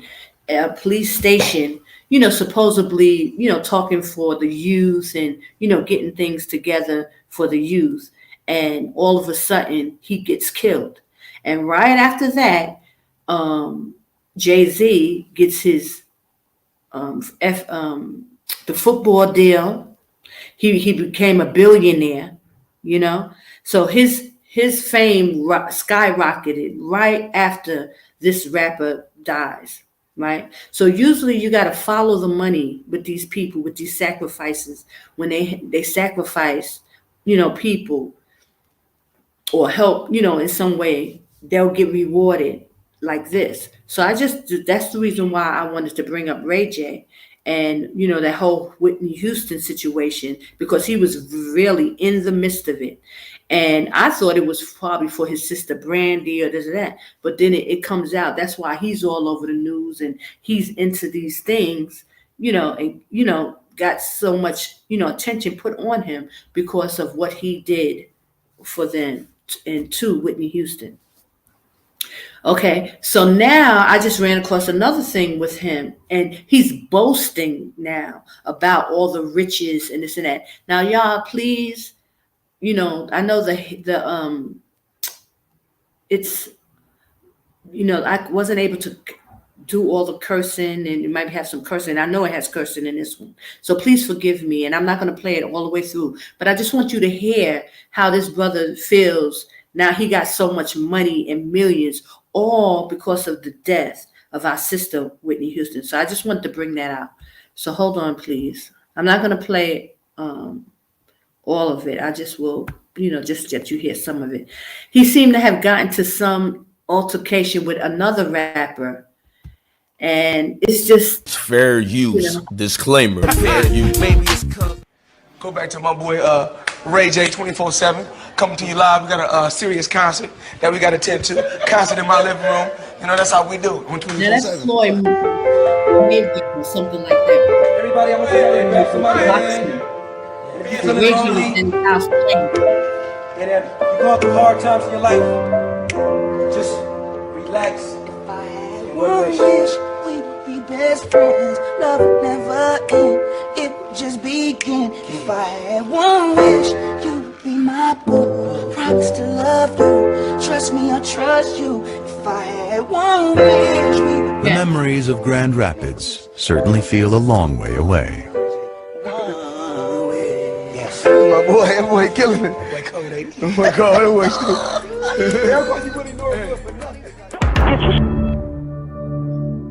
the chopper, shoot them down, shoot them around and don't play around. Dirty man chopper.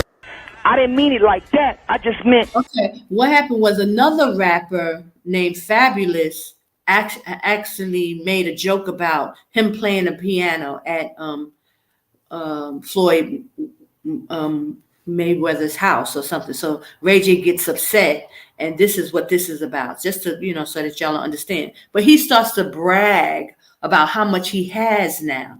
And I just thought this was so interesting. He's no longer under the wings of Brandy, his sister, who made millions because of her voice. Now he's talking about how much money he got. Hold on. When you want to disrespect me and the money team, and we got 7 Rolls Royces outside, and we just made 350 racks on the... Don't disrespect me. I'm going to smack you up again, fool. All right, so Ray J, that's all I'm saying. Niggas saying Ray J got beat up. I'll sock that nigga in the face, my nigga. So you punch Fab in the face? One time. Hey, all I'm saying is if you got Fab number, tell that nigga to send a picture of his face right now. Wow. Okay, Ray J, let me ask you. So this is what happened, because you didn't like these bitch ass niggas. You didn't like what he was saying on Twitter, like making jokes. It's like, look, don't disrespect me and Floyd like that. I play piano on that motherfucking piano every day. That's my big bro, nigga. We grew up together. Punch Fab in the face. One time. I'm sorry, Envy. I'm sorry. So go ahead. Envy, I'm sorry. Are we live? Yeah. So you approached him and what happened? What? I said, so you went up to him at the after party. I'm with the what money happened? team right now. We all over here. I swear to God, he running from me right now. I had 100 fools outside. Moon right now, he never left the club. He was scared up in there. He tried to call the police. So when you hit him, what did he do, Ray? Nothing. He fell back because he's a sucker. Okay, now Ray J, let me ask you. So he didn't hit you. So I just want to reiterate, these are the people in the industry. You got the people on the radio, Envy. These are all the major, players in the music industry, instigating and da-da-da. And the reason why I played that clip in the beginning, because it's clearly that these people know who we are. They know that we are the children of Israel. This is what we're fighting to get this information out to all our brothers and sisters, the awakening, the lost 12 tribes. And these people, they know who we are. They know.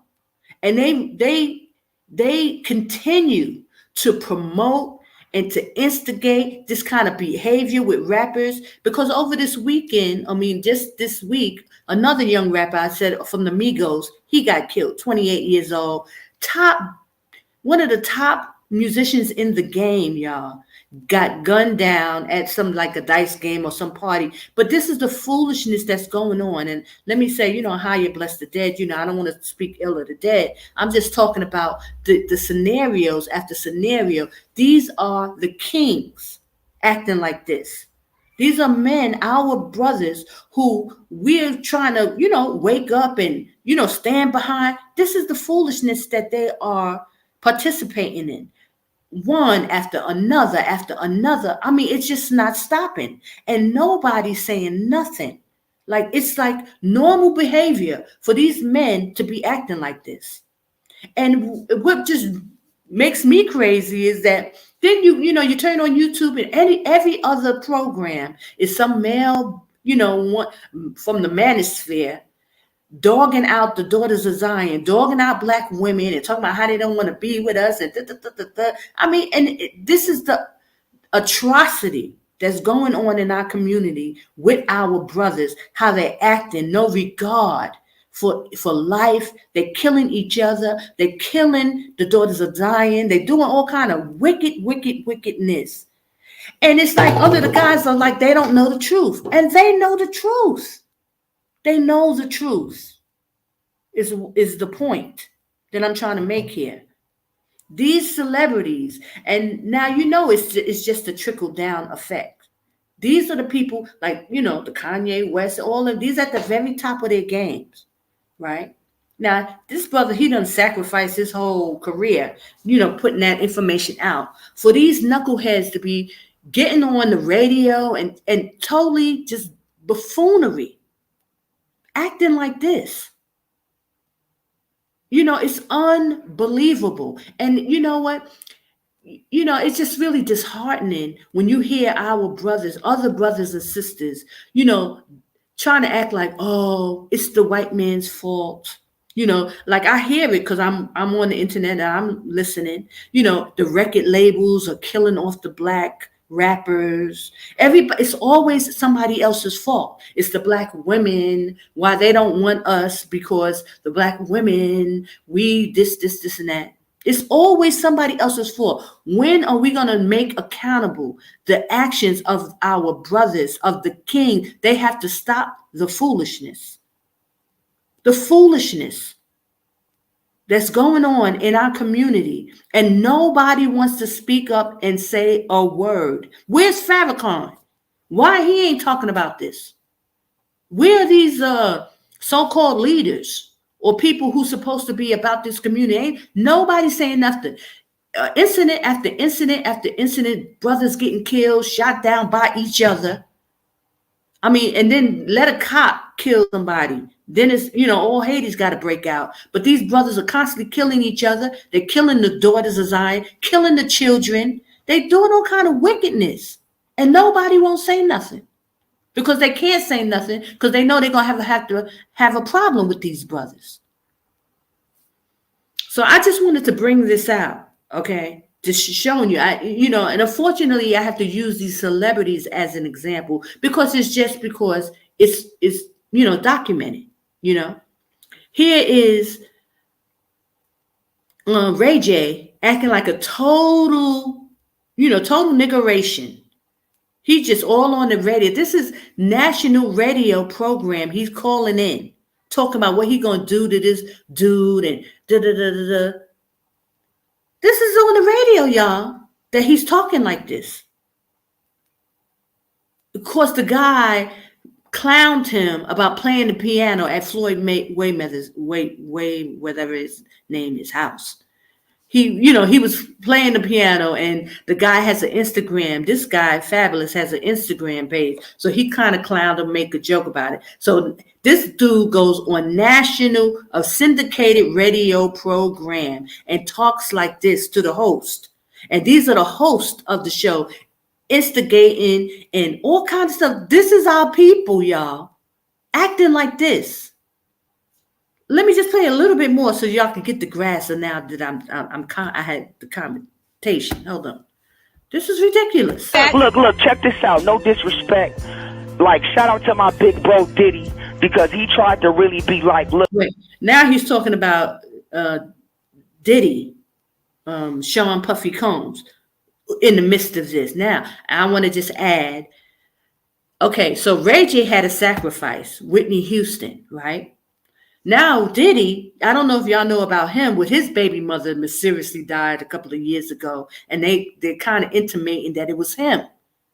And you getting rid of her because she was about to come out with a tell-all book about him and his shenanigans that he got going on, how he reached billionaire status for taking advantage of all these artists, took the money and just all kind of wickedness, y'all. Okay, so let me just play a little more. Look, they was just going in on you, and it was all fun and games. Shout out to Kevin Hart, because he a comedian, but Fab ain't no comedian. My homie saved his life when he was in LA. His life was threatened by my other dudes, and my other homie saved his life. So how dare you even speak disrespectful to me? You know what I'm saying? And that's just what it was. So when I seen him, I was with Floyd and 50, and he tried to say, don't touch me, and I touched that nigga. Straight up. Did 50 with him. Did 50 instigate the fight? Listen, I got detained tonight. I got kicked out of the motherfucking Palm Hotel. Police arrested me, handcuffed. Listen, I said, look, y'all can take me to jail, or can y'all just unhandcuff me and let me hop in my Ghost and get up out of here? They said, that's your car? I said, I'm cool. Can you handcuff me? I gave it, you know what I'm saying? I looked out for him and I was out. Now, Ray J, so did Fab at all, his people, or did he hit you at all? Nah, look, my team don't play. If you disrespect me, don't come to the West Coast. So he in Las Vegas, and he tried to disrespect me. Well, we heard Fab headbutted you, and people are upset because he had his guard down. Come on, my headbutted me. So listen, I swear, listen, you call that fool right. These are the kings of the earth, y'all. This is what's going on. Like, look. The ceiling is about to cave in, and this is what these men are talking about. You got the whack 100s, you got Puffy, you got all of these people, and the average black man, black king, they idolize these men, and they look up to these men because they got money, cars, and the women, But this is all they're interested in. This is all they're talking about. This is all they are about. Okay? And they are, they're leading our culture to Hades. And then the brothers, like even when you see the Hebrew Israelites talking on the street and they saw Cat Williams, hey, and hey Drake, and they idolizing them too, But, I can understand, because these people, if they can wake them up, they would hopefully be able to have a strong, foundation with these type of brothers knowing the truth. But they already know the truth. Each one of them say, yeah, I know. DMX, yeah, he knew. Cat Williams, yeah, he knew. Drake, you see all the ones, that was shown in the video, from Eddie Murphy to, Michael Jackson, all of them. Nothing is being done. Nothing. They just making YouTube videos, making platforms to talk about what? No preparation, nothing. Guys, This is what I wanted to talk about. This is what I wanted. The Triflin Negroes. Our people. We're about to get slaughtered, y'all. This is Jacob's trouble. And all our people are doing is sitting around doing absolutely nothing. And they want to try to act like, oh, they know the truth. And oh, they being righteous. Oh my gosh. I have more. Hold on. Okay, so that's just Ray J. And I glimpsed on Puffy and his, deceased, ex-girlfriend. And then I talked on Jay-Z with the other rapper. I never can remember this guy's name. That died in California. They sacrificing each other for fame and fortune. They killing each other cold blood on the streets. They killing the daughters of Zion on the streets. And then got the nerve to get mad at Kanye West for speaking up and speaking out, going, doing his thing in his way. Even though tomorrow he'll turn around and do something silly, because this is just what we do. And meanwhile, like the woke daughters of Zion, the ones who are awake, we got to sit back and twiddle our thumbs, waiting for these brothers to figure it out. It's nerve-wracking. Shalom. Shalom, sister. Hold on. I'm trying to read your message. Praise AHAYAH. Shalom, sister Shalondale. Shabbat Shalom. Praise AHAYAH to see you. Okay, so I'm ranting, guys. So let me get another one. Okay, so here, there's more. Let me find it.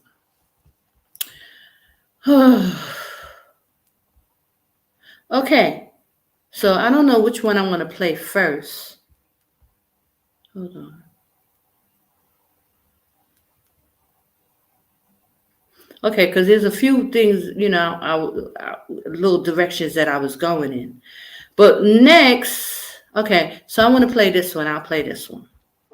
Different methods for a very long time. So let me just give y'all a little synopsis before I, bring in Esau.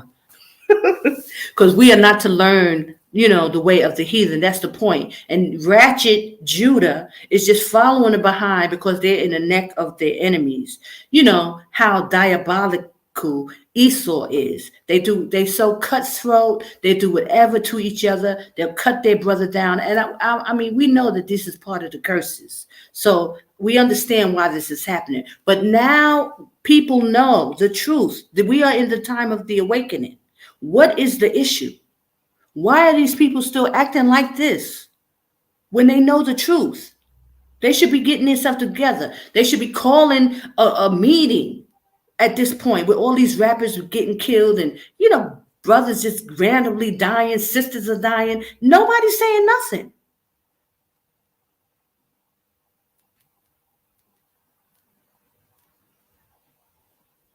Okay. You're saying our brothers are the ones who keep the law.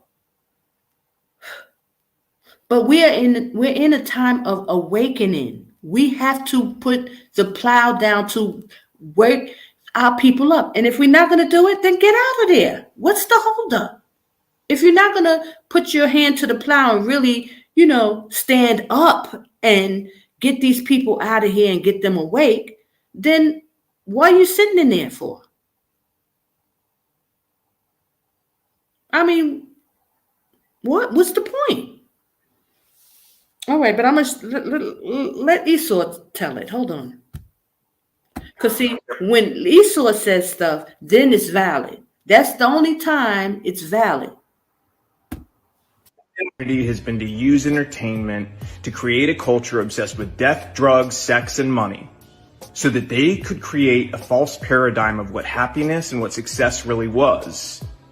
And in doing so, they created a world that also made people more dependent on government, and as a result, gave themselves more power. The record executives that push you to do this, to go and continue to profit off the backs of your work, they're in cahoots with the elite. They're in cahoots with the government. They want you to... Okay, I just want to make a note that this is the young black boy that died this week from the Migos, from the rap group. He's 28 years old, young child, got gunned down by another brother, another king, and this young boy made millions, platinum records, life cut short. And it's because what they're saying, it probably was even a mistake. He shot him by mistake, but I'm not sure. Hold on. They're important, but in truth, you're just doing their dirty work for them, so stop. They've empowered you in ways that are real. You have an audience, you have platforms, you have the ability to make change. Okay, YouTube family, we're gonna watch a good video today. A lot of y'all been sending this to me, so salute to Phil Moreland, also his channel I took it from, but because it was a bigger video. But we're gonna go in. Record executive from the industry, dude over here you're seeing, I don't know his name, but he goes in. He's apparently a dude that matters in the industry. Everybody that your favorite artists from all genre, they know him. Well, he did something that majority of industry record executives don't do. He went off and he got off script and he got off code to save your life, to save your favorite artist's life. He goes in on everything, the hidden truth that some of us like me and you guys know already, but it's refreshing to see someone who's actually in the industry not BS and give you the rundown of the whole damn shilada. You feel me? Before we get started and watch his video, I need y'all to hit that like button, hit that notification bell. Much respect and thank you to y'all for watching I Smoke Hip Hop Live. Love your family, love your kids, stay blessed. Salute to the I Smoke Hip Hop Nation. You dig what I'm saying, y'all? Let's go. So go against the grain together. They're more afraid of you all together standing up and creating a new culture that's built around family, faith. I'm going to rewind this for y'all. It's better we go to it from the start if you dig what I'm saying. Hang on right quick as I rewind that. Like, I'm looking at it how he said it, and the dude, he gives his all into it. You got to respect people who will stand for something and not just, you know what I'm saying, the things that are randomly coming out about. And man, I'm not gonna lie, y'all. Hold on, let me try to get this right now. Y'all hang on for me. All right. Now, I was actually looking for it, and to be honest with you, I apologize. I lost it, but let me just put the record executive. But what he basically was saying is what you seen and what you heard. He got over the situation, and he seen what people were doing towards each other. That was his only end game of the whole thing. Now, okay, I found it. It's the Phil Moreland Show. I want y'all to honestly, before I play the video, to talk in the comment section about this. Let me know how you feel about this man and what he's saying. Don't just laugh something off as a typical rhetoric, another guy just preaching, because this one looks like it's one of them situations where people had enough. And having enough will always be enough. Let's go. A rapper from Migos died. I just wanted to go ahead and make a video about something I have a unique experience in. So I directed a bunch of rappers, people like Gucci Mane, Snoop Dogg, Lil Yachty, the list goes on and on and on, okay? I learned a lot of things, and I have left the industry largely over my political beliefs, but there is something I want to impart to people to hopefully, make some sort of change happen. So I have a challenge to rappers, and I know some of you still follow me. I know a bunch of the celebrity blogs still follow me from trying to get news from music videos and things like that. So here's the truth.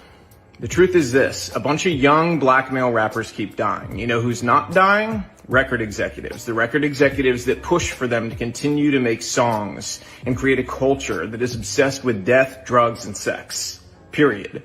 The industry is obsessed with it, but those record executives, they're not dying because they don't push this culture on their own people, but they're encouraging you to push it on yours, and they're paying you handsomely to do it.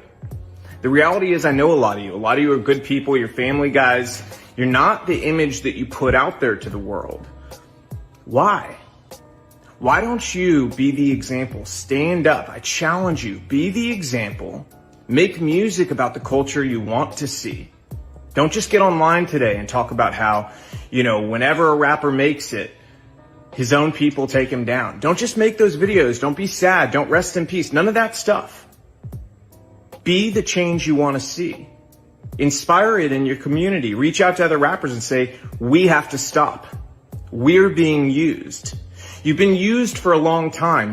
They create this paradigm to make you believe that you're so important and your celebrity status is worth so much, but in truth, you're a pawn in their game and you always have been.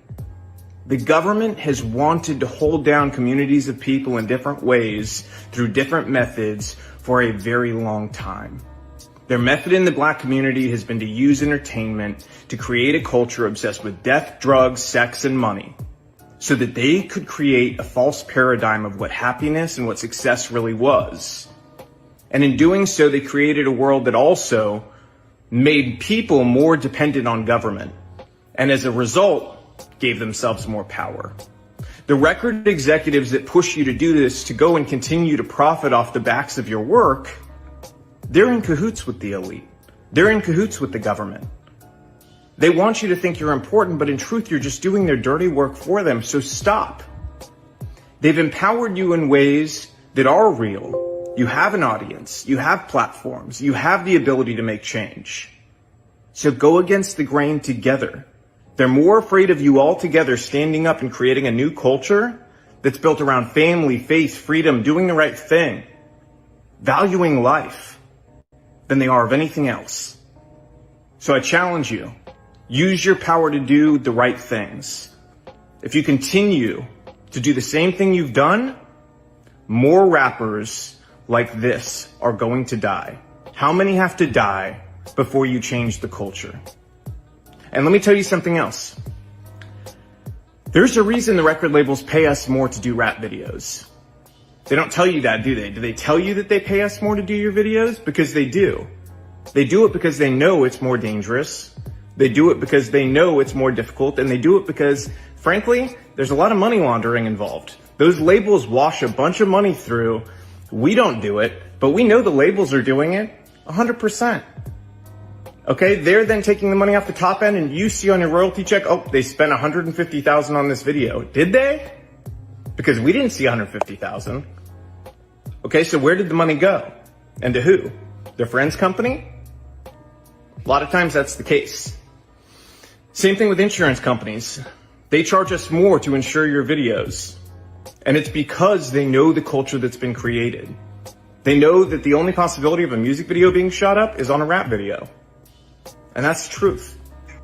So change the culture. You have the power. Your people deserve it. Light of seeing that rap. Man, he said a whole mouthful, man. Salute to this record executive. I love the powerful words. I mean, I've heard this before, but the problem is other people will hear it and not retain it. It actually goes out the other ear. So it's refreshing for executive to be the one saying it and not some typical conscious brother like Umar Johnson or something like that. You're seeing it from the actual people inside the belly of the beast, and they're letting you know what it is. Look, man, it's been refreshing to talk to y'all. Salute the I Smoke Hip Hop Nation. I'm your host, DJ Bless One. From the bottom of my heart, man, love your kids, love your family, stay blessed, man. I don't have to Praise the high about Yashaya. So, I mean, do we really need to hear this white executive tell us what's going on? But what the problem for me is why? Why are these brothers allowing this stuff to go on like this? And it seems like they don't have no control, nor do they care. It's not that they don't know the truth. They know the truth. Majority of our people are waking up. They are awakened. Why are we still doing the same things is what I don't get.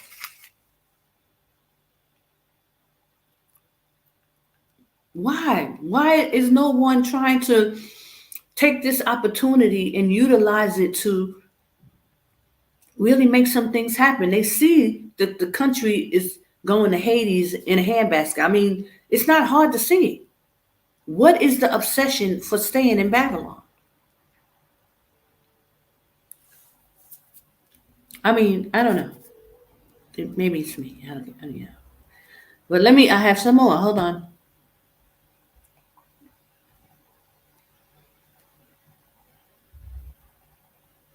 Yeah. Let's see.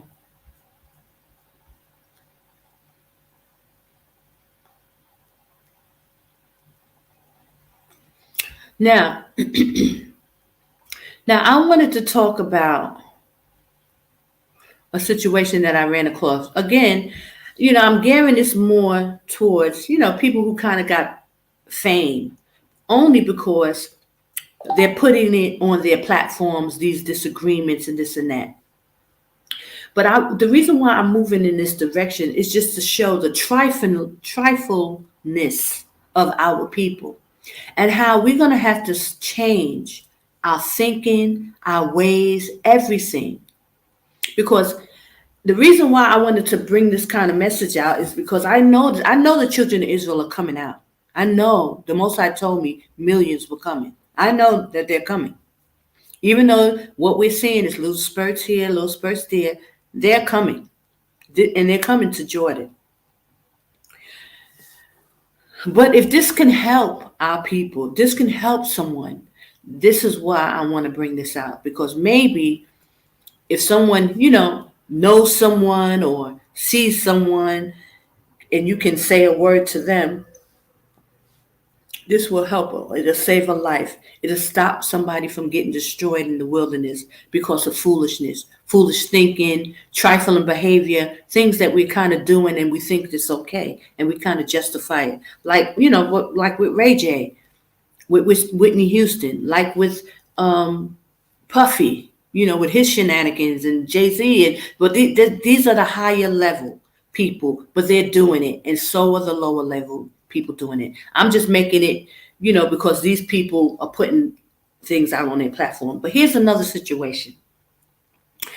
I don't know, how much of you guys watch rap, but y'all know I love rap music. And so I watch it. I grew up on it, so I still watch it. I watch, the people who, podcasters who present in, I watch different shows. So I came across this brother. He's a battle rapper, right? And his platform is now growing. So he got into a situation, he started small, and because he was a battle rapper, he's known, and he was like one of the top battle rappers. So that's like a kind of an underground thing, battle rap. It's not like major like these rappers, but it's becoming more known now. So he built a name for himself. So, okay, he started a podcast. Now, the podcast is really just talking about, what's going on in the rap industry, So what happened was he brought some guys in that he knew to help him. And they started sharing the podcast with him. But it was his podcast. He started it and, it was starting to grow. And he, started to get more ideas. And he brought some friends on. And then it started to grow even more to where now he's almost at 1 million followers. I think he's at 697,000 followers. He's, going to 1 million. So what happened last week is what I want to highlight. And his friends decided to go against him. This is what we do. So I just want to highlight the situation and to talk about how trifling we can be, Israel. We can't blame, the record execs. We can't blame, Esau. We can't blame other people. This is the behavior of our people. We are doing this. Now, I'm gearing toward the men. I'm only have an example of men right now. But our sisters can be just as trifling. But I'm gearing towards the men because women, we follow men. That's what we do. The men set the precedent, they set the stage, and women follow behind it.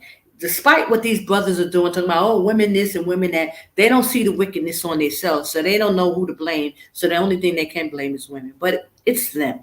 So that's why I'm gearing this towards men, because it is all about the men. And the good, the bad, and the ugly. It's about the men. So I just want y'all to watch this quick video, and then I'll go in further. Hold on.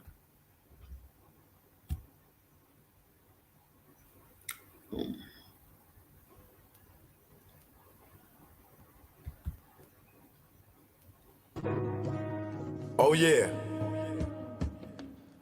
My man had to come through and Okay, make this sure is it this went is his through. intro. This is Chuck No Joke. Hold on.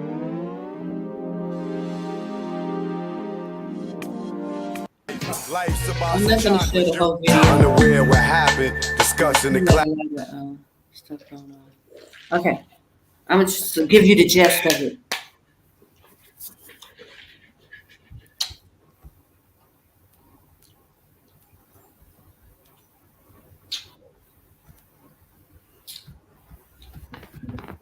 I don't know what to tell y'all, man.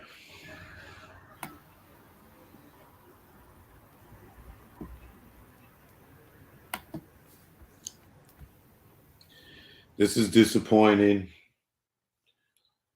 But am I shocked? Not at all. Good Saturday evening to you all. Everybody out there. Shout out to my moderator, his squad in the building. Shout out to everybody out there that's having a good time. This is getting cold out here in the dirty. I'll try to fast forward it. Definitely getting cold up north. And he created a Wu-Tang Clan. Hold on. Jury. Nah, that's still the same nigga. For confirmation, like, yo, what's up? Like, this is true. And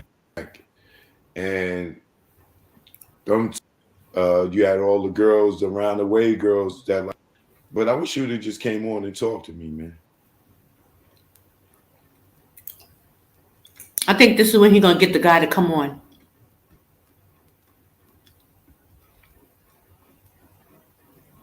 Now you realize that. Now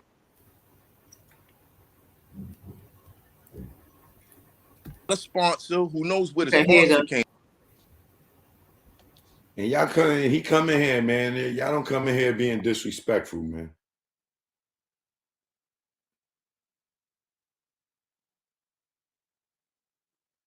Yo, Puff, man, you better call me, man. You giving out 2.7 and Barstool, y'all giving out 100 million. Y'all niggas better call me, man.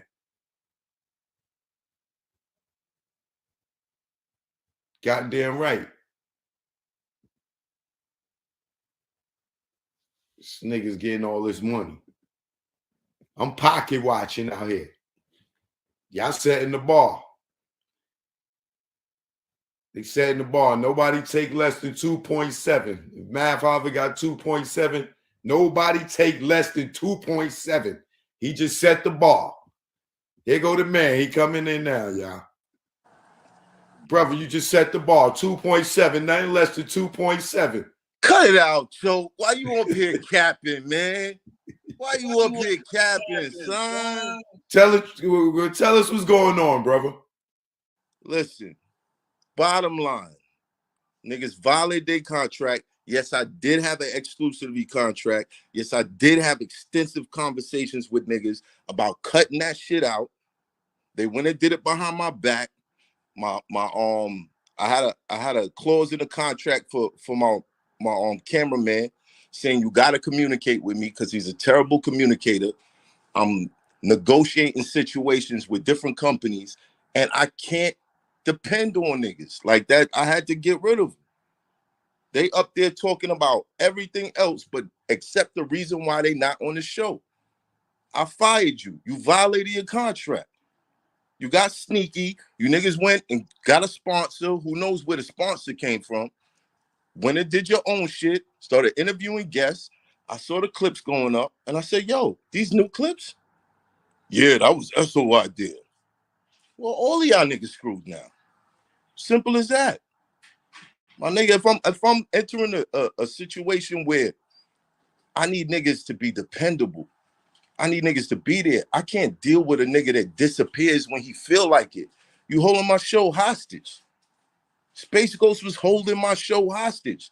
I paid this nigga for episodes that he wasn't there. Told a nigga, yo, just train somebody, bro. I'll still pay you for the episodes you don't do. He refused to get a replacement. So anytime he felt like getting Ghost, that was his little flex. Now I'm entering a situation where there's millions involved. I'm gonna take that with me?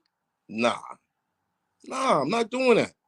Them niggas talking about everything else except why they not on the show. They can talk about money all you want. I dare these niggas to pull up a receipt. I dare. It's gonna show, oh, Math overpaid y'all. What other podcast niggas is getting $3,500 bonuses for nothing? But they're gonna sit there and talk about, oh, money, it was the money. No, it wasn't. You niggas turned into snakes. I peeped your snake-like movements, and I said, oh, I can't take you niggas to the next level. Peace. Now they heard about a deal. The number they threw out, I don't even know where they got that. I don't even know where they got that number from, son. That shit crazy. Like, and why you even throwing that out there? I'm in a nice spot, but I'm still in the hood. You telling niggas I got 2.7? What is you doing? Yeah, I feel you on that part. That's like I said, Gilly and them, they're gonna have to move out of Philly and they got 100 million. Of course. You ain't sticking around like that, bro. Like, come on, niggas is smart. Niggas came from this shit. These niggas, though, they not from none of that shit. So they move wacky and they think internet shit. Yo, these niggas been off the show for 2 months. They've been doing their own thing for 2 months. Nobody noticed. Nobody noticed they was gone. I dropped the Rich Homie Quan joint. I dropped the Joel and Crook joint. I dropped the Derrick Rose joint. Nobody said a word. It ain't in the comments. Where's Essel? Where's Heineken? Where's Space? Nobody's saying that. People are saying shit now because these niggas decided, oh, we not getting the views. Oh, we thought we was lit, but we not getting the views. Damn, how was we getting the views before? Oh, Mav Hoffa. Okay, let's do an hour and 45 minutes slandering this man instead of saying, yo, we did some snake shit at the wrong time. That's everything in a nutshell. Everything in a nutshell. You did some snake shit at the wrong time. Venturing out, I don't got no problems with that. So so them going to do their own thing. They didn't pull your coat to it. They was going to do it. My nigga, if you watch the show, you hear me at the beginning of every episode. Like, what's up with your show? Yo, Heineken, what's up with your show? Yo, what's up with your show? Yo, Esso, when you doing a men versus women, what's up? I was telling these niggas, yo, listen, create a show. I'm gonna cover the cost and I'm gonna pay you for it. Put it on the channel where all the subs is at. And when the shit is getting crazy numbers, I'm gonna bring you up wherever we get the network deal at. Simple. But everybody wanna be the man. Me and Esso had an argument. His ego's out of control. He came back to the shop with a plan. Oh, we gonna juice this nigga and go do our own thing. But then they got wind. Oh, wait. This nigga might be signing a deal. Oh. Yo, let's have a meeting. No. You played yourself. That's that whole hour and 45 minutes. The only thing that's missing out of that is, yo, we violated the contract and he fired us. They're not saying that. Oh, so they didn't have the right to go do nothing else. No, they didn't. None of them. At most, because you know, certain niggas got shit going on in their lives that's like, okay, I know you need the paper. All right, is this other platform paying you? All right, cool. Do that. But that other shit y'all was doing, that. Okay, I'm just gonna let it play a little while longer so y'all can hear the kicker. There's a kicker. So I just gonna play it a little while long so you can hear it. Nobody was paying attention to. Stop that shit. I'm gonna create a show for y'all. Y'all do the shit over here, and it'll be easier for me to pull you up. Niggas ain't want to do that. Everybody want to be the man. Niggas ain't had no faith. Now they want to double back and say, oh, we tried to have a meeting. Yeah, you tried to have a meeting after you niggas tried to extort me. You tell me for $100 grand, I get my equipment and all my shit back.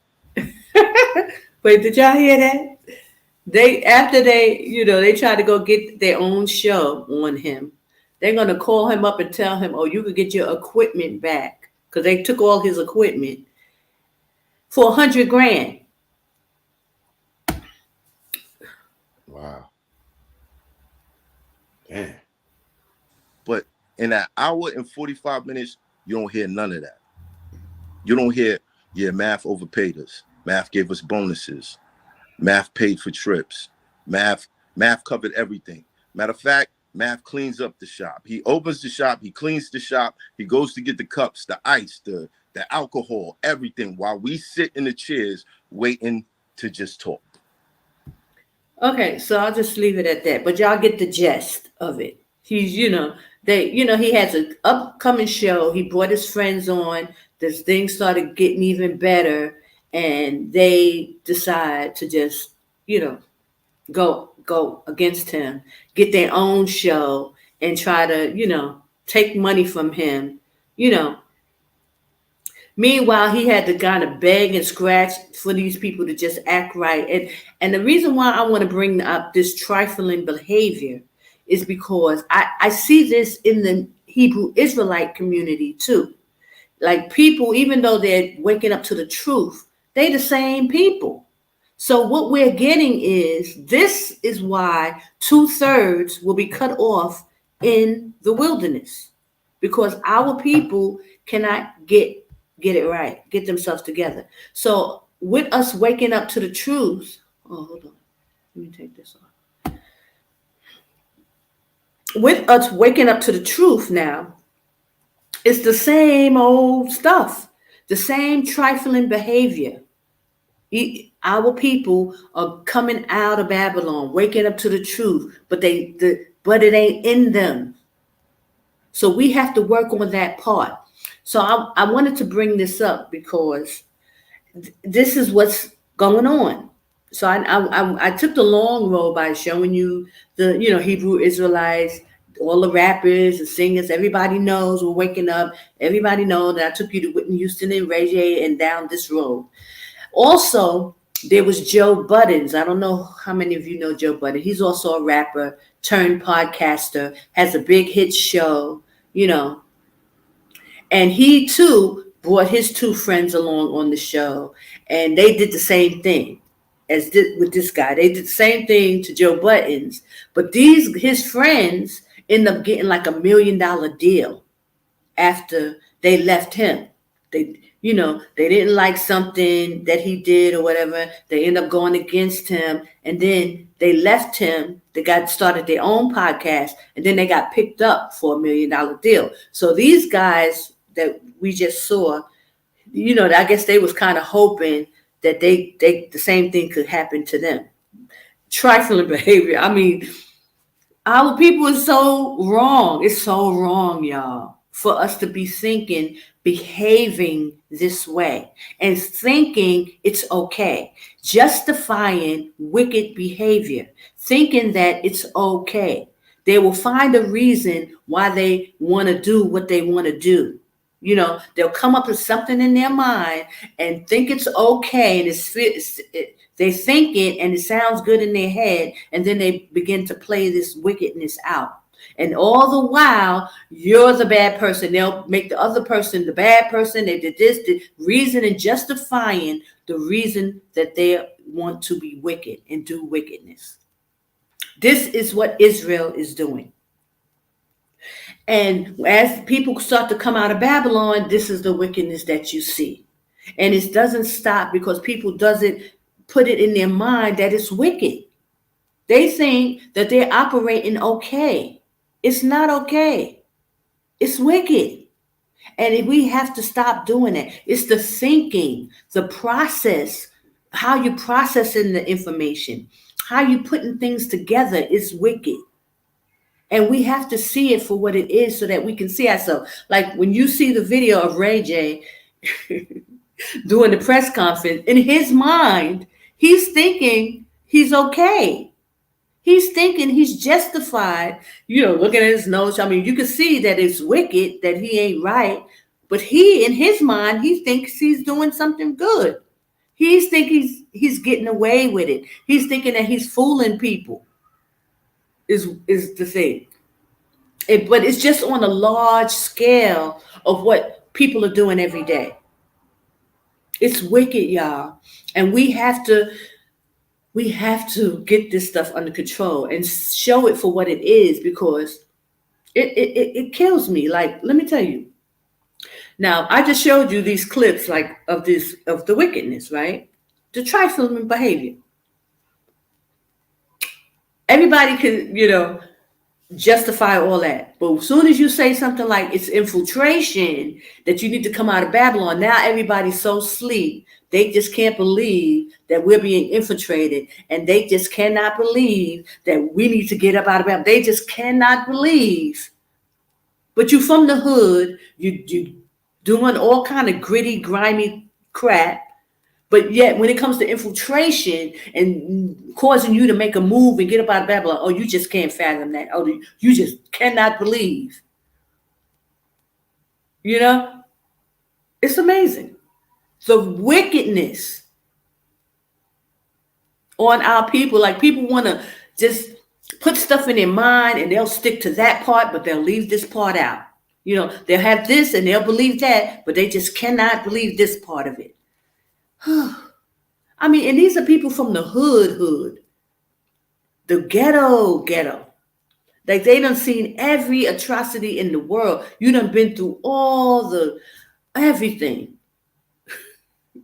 You've seen everything the Most High said was going to happen to us, and curse-wise, you've been through it. But yet you just cannot believe that there's infiltration in our community and that you need to get out of Babylon. You just cannot figure that out. I don't get people. But yet they can scan you and slick talk you, fast talk you, do all kinds of stuff. But they know nothing about infiltration. Like, that's, the buck stops here. That cannot be.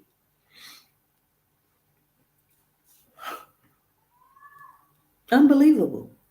So I just wanted to kind of bring that out and give y'all kind of examples of the wickedness. Like, and look, there's more. There's even more. Because it's an ongoing thing with our people. The delusion is at a very high level. What people choose to believe, what they choose to see, what they choose to, want to react to is a whole different thing, and we have to stop lying to ourselves. We have to stop lying. And I'm bringing this out for the men, because they're the men. They need to see this. They need to see themselves. They need to see how wicked this thing looks. Not only to the women, like, we see the wickedness and we just like, we don't understand how come y'all don't realize that this is wicked, what y'all are doing, how y'all perpetrating in Babylon and just trying to act like y'all don't know what's going on. Yet you so slick and you so street and gutter and everything else, but you don't see that there's infiltration. It don't add up. Now, I'm showing you these people. I'm showing you videos of how grimy our people are. They did like this to each other. Okay? Just is example after example after example of how trifling we can be to each other. How trifling. Stuff goes on every day in our neighborhoods, not just on YouTube. I'm just showing you YouTubers and higher profile people, but it's happening at the lower level too. The triflingness, the thinking is trifling. The how you come to a conclusion is trifling. But you don't see that and you don't think that because you in your mind, you're righteous and holy. In your mind, you woke up to this truth and you're trying to serve the Most High. But the things that you're doing, how you're going about doing stuff, the reasoning of why you're doing it, it's trifling. And this is the behavior that's going to get 2/3 cut off here in this wilderness.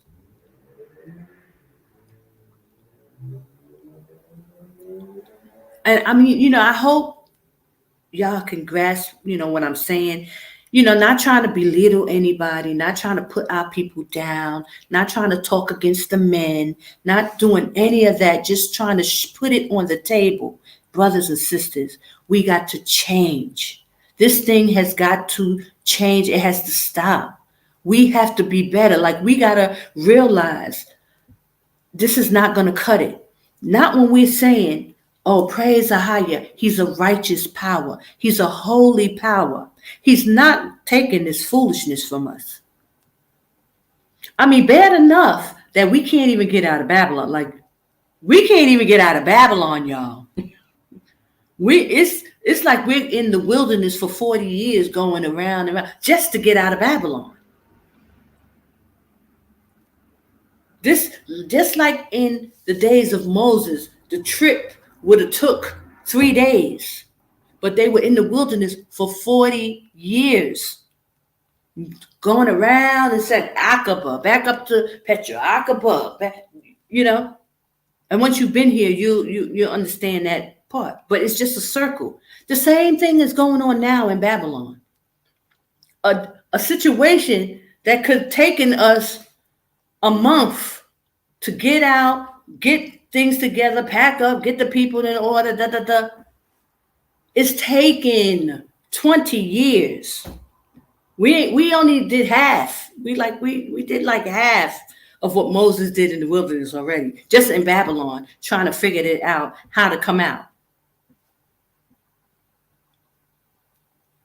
It could have took a month for us to get out of Babylon and start the situation in another location and start to build our community. A month, 2 months, 20 years, brothers and sisters.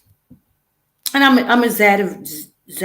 exaggerating a little bit, 20 years. I've been out for like 14, going on 15, short 5, but I'm just saying. Foolishness. And why? Is because we are just in a state. And I know we're just waking up. But some of y'all been woke up for a while. Okay. Everybody ain't just waking up. I can understand when you just wake up the first year. But after 1 year, and you got this truth, and and you in these books, and you starting to study, there's no more excuses. What is the problem?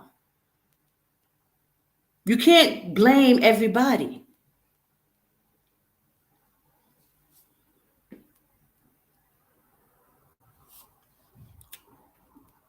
Okay, hold on. There's more.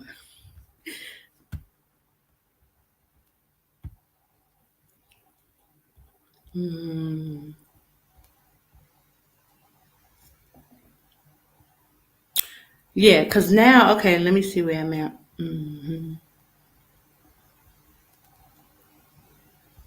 I just want to show more, just giving you more of, watching these people go through these processing this information. Gentlemen, like Spangos left my platform, put the keys down, and went to yours. Let me just give you the synopsis. Okay, so now another same hip hop show, the same brother. This is his actual show. Now he's kind of talking about the situation to these two guys. The first one, his name is Joe Buttons, and that's the one I said it happened to him. The same thing. He has a famous podcast. He let his friends come on and help him out. They end up going against him and starting their own podcast. So they're just kind of like talking about the situation. But I just want you to hear the conversation because, you determine for yourself. I just wanted to put it out there. Hold on. I gave you his number. I put you on to him. I spoke to you privately. Right. I said he's a good guy. I said that he's a guy that you need to holler at. You asked. Okay, I just need to say that they're talking about the cameraman. He introduced this guy with the colorful jacket, introduced Math Hoffa, the host of the show, to this camera guy. Now, granted, the camera guy is the one who's extorting him, saying he's not going to get his equipment back unless he gives him $100,000. Like, okay. So this guy here is the one who introduced him to the guy, right? So listen.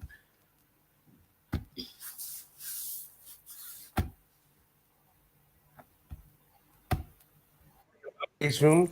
Same night you met Jenna on the phone, you did your thing. Yeah. And you said, yo, you know, people been talking. Shout out to Jen Hoffa. I said, yo, listen, there's a guy that does my production. I can't help you, I don't have the time, but he can. Right. He put the keys down. I thought he set it up. After you miraculously called him and set up this. Right. He put the keys down, I got my text, and he said that, because I was talking to him about changing the color. I said, yo, we got 2 different cameras.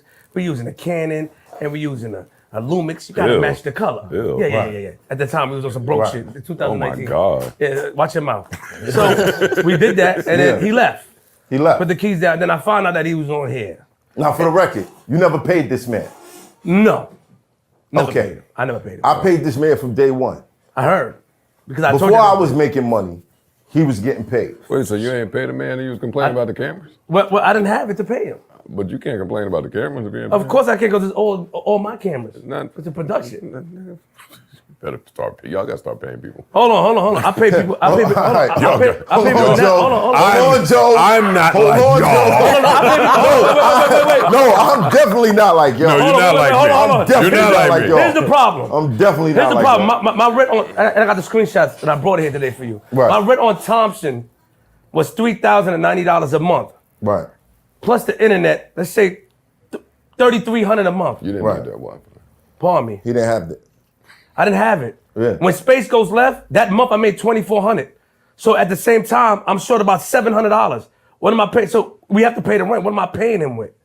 But he saw that and he reacted. He saw that he was in there, because that's what he was in there, and he saw it and reacted. But when I looked at it and I brought it here today with me to show, like, he saw I had a new car, but he don't know that I'm gonna keep it real. At the time, the dealership in Brooklyn gave me the car for promotion. But he said, I saw you had a new car. The money went up with the $2,400. The rent is $3,090. I'm still short. He stopped paying along with me, and we all was paying. That's how I started. G Money stopped paying 2 years prior, and he stopped paying a year prior. So it was all on me. Right. That means skits, Patreon, and that. But what am I? And Maestros gave us $500. On top of the 24, $500 or $5,000? Maestros gave us $500 a month to promote the bid. I thought it was $5,000. No. He gave me $5,000 for something separate. That had nothing to do with that. What was that? That's my skits. What we not talking about my skits? No, it wasn't the skits. What was the $5,000 for? Skits to do something at the PA. Tell the truth, yo. It's a fact. I got $500 a month. I got $5,000 from them, but not for that. I'm not you. Listen, I'm like you niggas. Wait, I'm gonna jump in. Hold on. Let me finish, nigga. Let me finish. I'm not using my skit. I don't give a fuck. Right. I'm not using my skit money to pay nobody. I work hard, nigga. I'm out here jumping off roofs and hurting myself. I'm not paying I'm not using my skit money. So how I did it in my mind, I'm like, so that's selfish. That's the selfish part. It is. I am selfish for that, because he did know that I was getting skit money. He did know Hot 97 was paying me $3,000. He did know that's true. Because I had him film for me, so he knew my checks. Why are your rates up everywhere except for there? You But get 5,000 here, 3,000 here, 4,000 here, and 500 over here a month. But what type of shit? Yo, come on, yo, tell the truth. Listen, I'm gonna tell you the truth. Maestros, they came to me in the beginning, and we worked out a deal for $500 a month. And at that time, how'd you work that deal out? What do you mean? I spoke about it. We like you. We like you, Queens Flip, and we support you. Right. And we want you to promote the Maestros. So that's when you were supposed to. I'm getting 5,000 over here and 3,000. Yeah, but that's how I felt. But that's Maestro's Pizza, right? Maestro's Beard. Oh, the beard. Okay, all right. And you still promoting them niggas. I am. Damn. Because they don't give me more money now, nigga. I'm from Queens. Right. But at the same time, even if I with the 500, I didn't make the 3,000, and he stopped paying. So there was nothing. I saw people in the comments still pay him. There was nothing for me to pay him. Right. And I wasn't. This might be selfish, and y'all can say that, Flip, because Space even told me, Flip, you could give me 200, me and G Money. He's right. I could have. Right. But I felt like I'm not paying nobody for I'm hurting myself. I'm not paying nobody from the skit. Nobody helped me with ideas. Right. Nobody sent me to the hospital. He did record my skits. I could have paid him for that. Right. He did do that, but I thought that the difference about that nigga is that these artists and niggas not coming for they're not coming for cameramen. No disrespect. They're not coming for y'all niggas. Right. Now shout out to y'all. Y'all cool. Yeah, no. Shout out. Yeah. But they're not coming. No. Let me say they're not coming.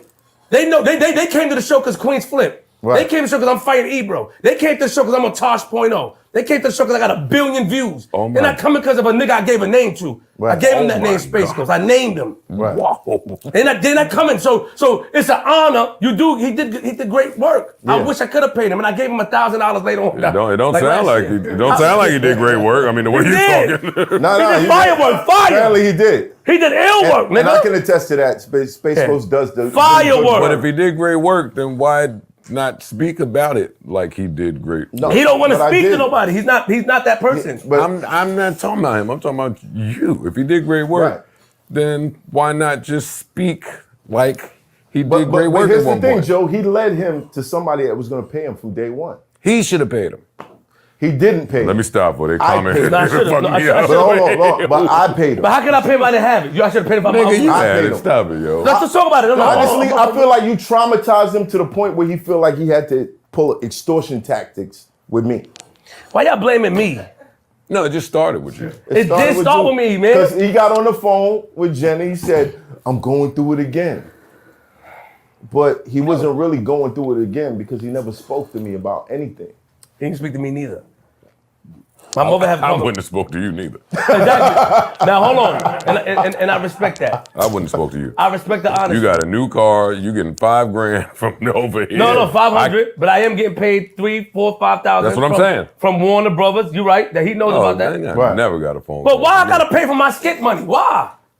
I gotta take it my face. Why I gotta pay? I want to take from. You gotta pay, son. Like We came in gotta as show the partners. people- All right. We came in. You were splitting it up 3 ways, right? We all was paying the bill together at first. All 3 of us was paying a monthly together. Right. G Money stopped 2 years prior. I can't do this because they said let's get a regular place. I wanted to go to Manhattan.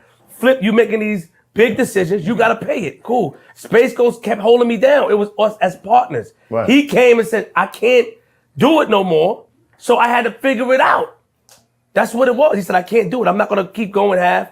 I got my situation. I'm not gonna do it. I'm gonna still hold you down. But you figured it out. I still had to make it work. And you still have, you know what I mean? You still experience success after this. Of course I did. Okay. But he came over here. He did. And because of you, I made sure he was paid You before did. I was paid. But we had a conversation. You did. Right. Yes. And here we are. There you go. He judging me based off because he know the shit we come from. Right. You can't do that. I'm judging. You can't do that, both of Joe. Joe, how are you judging me? How you judging me? Oh man! Because all right, come on. Let me try to I can loosen up blame a little you for this whole shit. No, you can't. Yes, I can. Yes, we Because can. niggas think there's a Rory and Mal route. Well, Because of you, they think that we could come on the show, we could be there, and then we could bounce and act like the business was bad, and then get our own situation. This is what these niggas thought they could do. This is the plan that they had in their minds from the first time they sat in these seats. Yo, we're gonna come here, we're gonna stay here, this shit is gonna grow, and because it's growing anyway, it's popping anyway, it's doing better numbers than our platform. We're gonna sit here, we're gonna get some views, and then we're gonna break out and do our own thing, and then we're gonna say, oh, he did bad business, and we're gonna get a situation like Roy and Mal did. I'm here for you, brother. I'm here to listen. I know you. I just need a hug. Somebody It's hot for trapper turn smack rapper. Only smack rapper that you know is. Okay, so I just wanted to bring those points out. So you kind of heard the story, but you can see the reasoning, what people are thinking, what they're doing.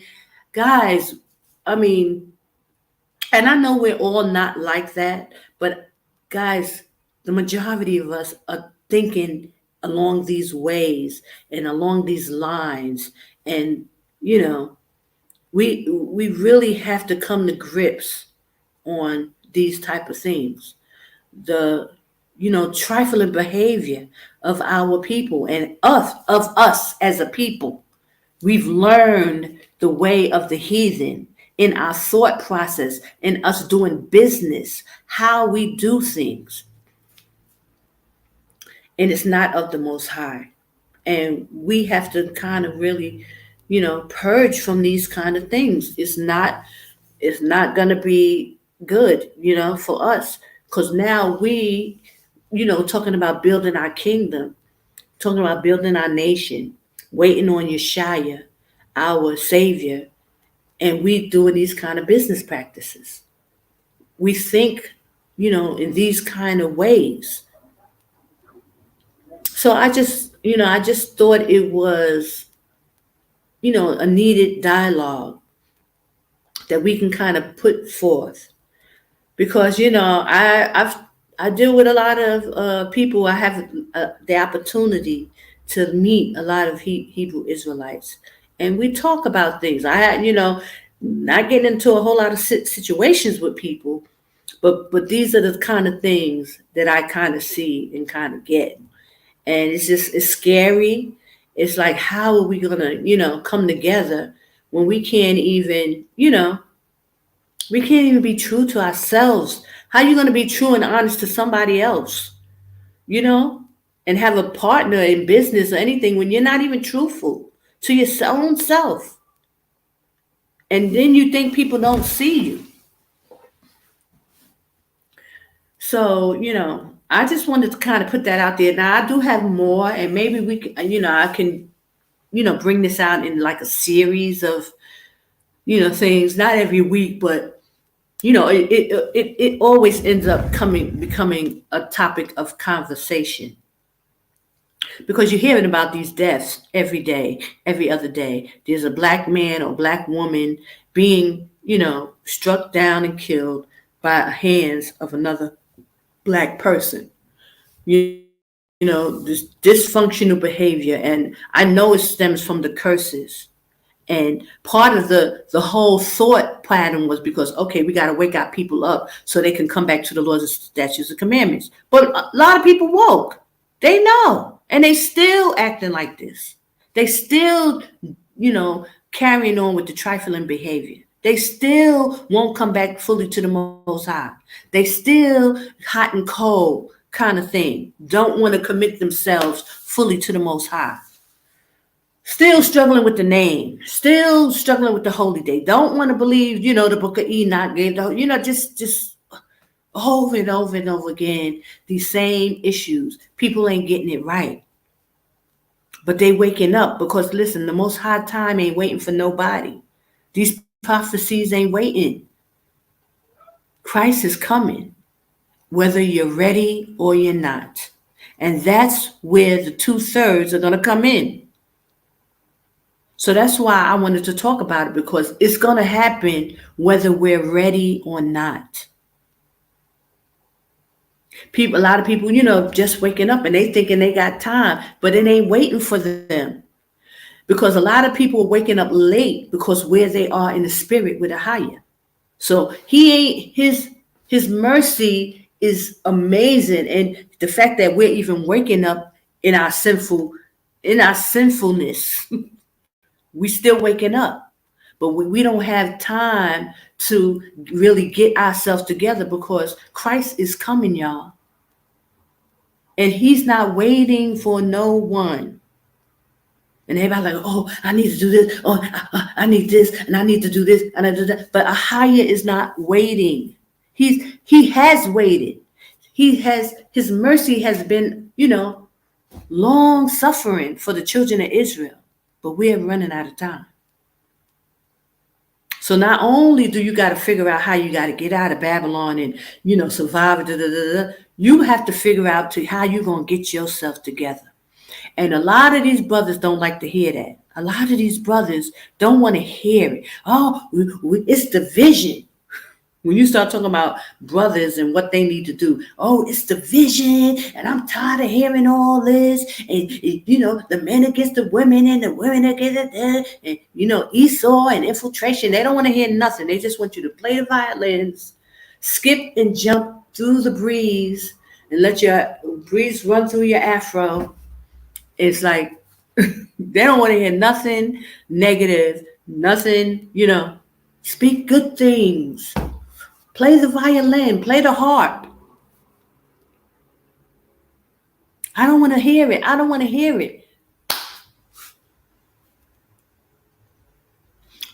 Yes, Sister Shoshana, not willing to submit. Yet you don't want to hear about the destruction that the Most High is going to bring on the children of Israel because of the lack of really wanting to submit yourself to him. You don't want to hear about that judgment. But he always sends somebody to tell you that judgment is coming. He always going to send somebody. So whether you want to hear it or not, he's going to send somebody to speak about what's coming to you if you don't do this and if you don't do that. Just like in Deuteronomy 28, our forefathers did not read the fine print that says you must worship me. AHAYAH said you must worship me. And if you worship me, all of these things, good things will happen to you. But if you don't, all this stuff, and it was much more.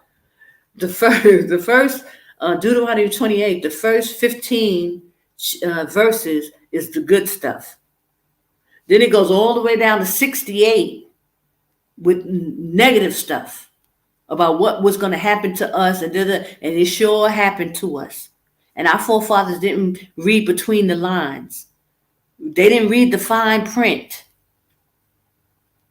But brothers and sisters, y'all got a chance. Y'all better read the fine print with the Most High. Because all this trifling behavior we got going on that we've learned in Babylon, our reasoning and how we, the thought process, how we come to our conclusions and all that stuff, it's not of AHAYAH. It's learned wicked behavior. And the majority of Israelites is operating just like I showed you in these videos. This is how we act. This is us. There's just a few, people, but it's the majority, how we think, how we act, how we do things, how we process the same thing. And it's just a rerun, concurring rerun of the different scenarios of how this thing is playing out. We have to get ourselves together, brothers and sisters. So that was the point for the video. The Triflin Negro is just on how how we're going to build this kingdom. How can two walk together if they don't agree is the bottom line. How are we going to pull this thing off, y'all? And do you notice with the Most High how he does things? People are always looking for a miraculous outcome. Everybody's just thinking, oh, the Most High, he got me.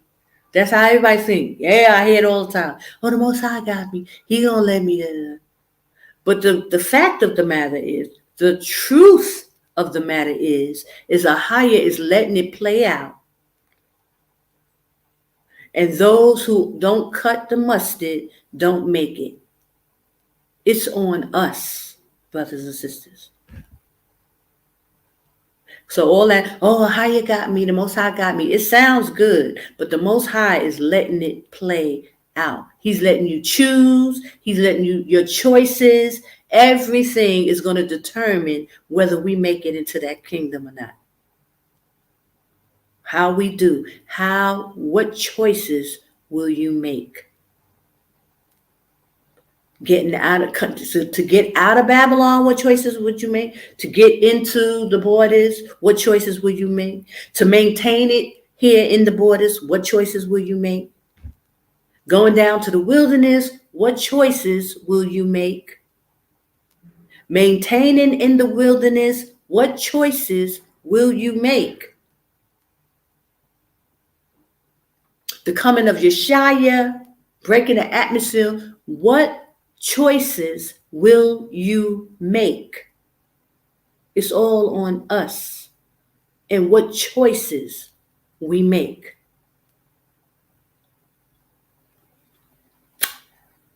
So I hope you guys, can see what I'm trying to hint at, and where I'm going with this.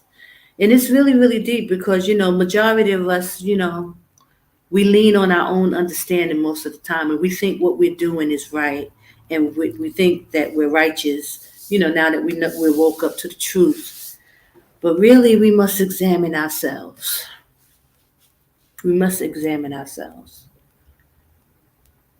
and pray and fast and all other good stuff that is required for us to, to come to the right conclusion. We must be thinking like AHAYAH think, like Yashaya thinks. And it's not easy to think, so holy and righteous when we're such a wicked people, It's hard to come to righteous conclusions. How are you going to come to righteous conclusions when you're wicked? Okay.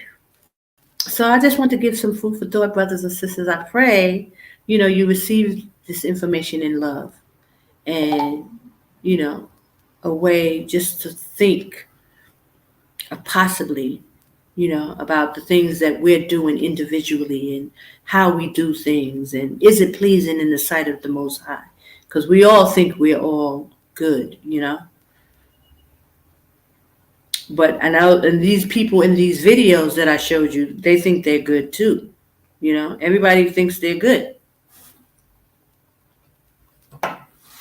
So I give all glory and praise to AHAYAH, AHAYAH, Bahashim Shaya, Wa Kwadash, Wawak.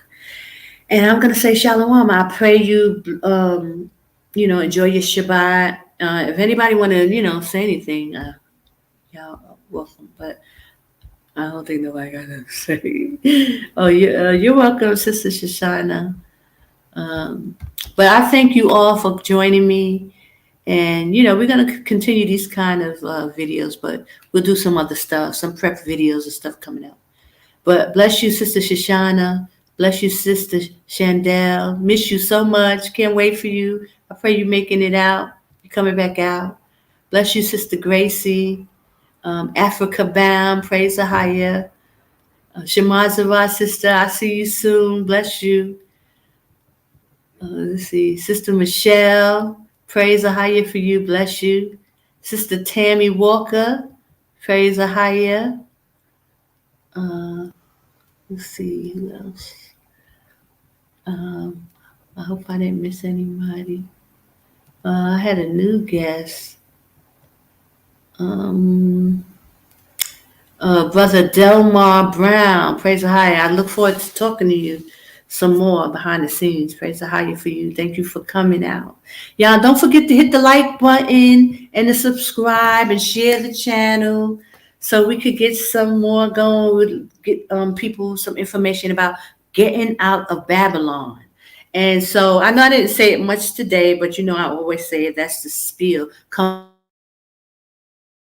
out of her, my people, as in Revelation 18:4. We are to leave America. It's time to come out. The awakening is happening right before our eyes. Jordan is the safe place. It's within the Most High's borders. There's only one safe place, and it behooves you to get within the borders, because he said that he will protect those who are found within his borders. That's scripture. Praise AHAYAH, Bahashim Yashaya. And I went over that. And so have some of the brothers. If you look at some of the previous videos, the Nappy Hair Chronicles, a brother went in depth. Brother AHAYAH, Babakaya, that's what I missed. Shalom, Babakaya. I saw a message in here from you. Good to see you. And hopefully you'll be coming back on soon and give us some of that stuff. And Brother Babakaya, you have a channel. You have to promote your channel, Your brothers and sisters can even come up and promote your channels and stuff. Nobody ain't coming up and ain't come visit me today. But bless you all. It's good to see you. I'm glad you're here. And yeah, Brother Babakaya, I didn't forget you. Miss you, Brother Babakaya. And yeah, let us know about your channel, brother. He gave some awesome scriptures, about coming out of Babylon and America's Babylon and why we need to leave. It was amazing. And so, look for that. Maybe I'll put it in the description box, but guys, I'll be forgetting to do that. But I'll try to remember. And Baba Kaya, come back on and give us some of those scriptures so that you can also promote your channel as well, because he be teaching and stuff on his channel. So let's see. And B Barack music on my channel. Okay, you got some music? If you want to share some music, we'll play it here. But we call on AHAYAH, AHAYAH, Bahashim Yashaya. I am that I am. So this is his channel, AHAYAH's channel. So he gets the glory, he gets all the praise, and that's the music, everything focused on that. But if you have some AHAYAH worship and music, definitely, please, you can send me an email. I have a banner. Hold on, let me try and promote these banners. Hold on. I don't have nothing. Oh, here you go. Yeah, it has the this is my banner. You can put itojatravel at yahoo.com. I mean, and that's my the basic channel, but I have info at itojatravel.com. Okay, that you can also like hit me up on. But it's easy. itojatravel at yahoo.com. Okay. Also, I got this. I never used this. Are you ready to leave Babylon? Are you preparing, brothers and sisters? Are you preparing to come out of Babylon? What are you waiting for? I know that it takes a lot. Excuse me. A lot of preparation. First in your mind, to prepare and to come out. But for me, guys, I didn't have that option. I had to bounce. The Most High was putting it heavy on my spirit. I had to leave when I left. So, it's nice to see that people, could really, process this information and work on implementing, a plan on how they're going to, come out and this and that. And I just really want to thank people, who have, helped me and, supported me in any way. I really appreciate, my sisters in Yashaya, Sister Chandel, Sister Lawanda. I haven't seen, where's Sister Lawanda? I haven't seen her. But I pray she's okay. We put our prayers out to Sister Lawanda. Praise the AHAYAH Bashim Yashaya, because I haven't talked to her in about a week. Usually, we kind of talk and stuff like that. But we're going to pray for our sister, and hopefully she'll come up next week. Sister Chandel, it's always a pleasure to see you. Sister Mayana, my sisters in Yashaya, who are, making an effort to, get out of Babylon so that we can start to come together. And the 5 Wise Virgin Committee and, putting things in order. And, I've been kind of like needing a little break myself. So, but I have been taking care of things, but just taking care of things that I wasn't able to take care of, so, you got to give time like to yourself and to things that needs to be done so that you can see the process. But so next week, I want to talk about, hopefully next week, it will be a homesteading, talking about homesteading. So, and those of you who have any information on that, please be welcome on preparation. I know Sister Shemazara was saying that she had books on plants and, healing plants and things like that. So I want to get into stuff like that and start talking about preparation and how to and what we're doing. Because I'm up here in Amman, things are a little different. It's not like I'm in Kadesh, and I'm able to like be planting and things like that. I'm not able to do those things as of yet, but I can start the process up here. Like I have a plant. Yeah, I have to show you my plant. Oh my gosh. I'll show y'all next week. I have to get a bigger, the thing is growing so much. It's an aloe vera. And, so I'm starting the plant. I wanted to do my green thumb, little by little, because I'm not a big plant person. And although I have tried and I put some plants in the wilderness, which is great, where we got a little gardens, but because I'm not there, I'm not really, in the process.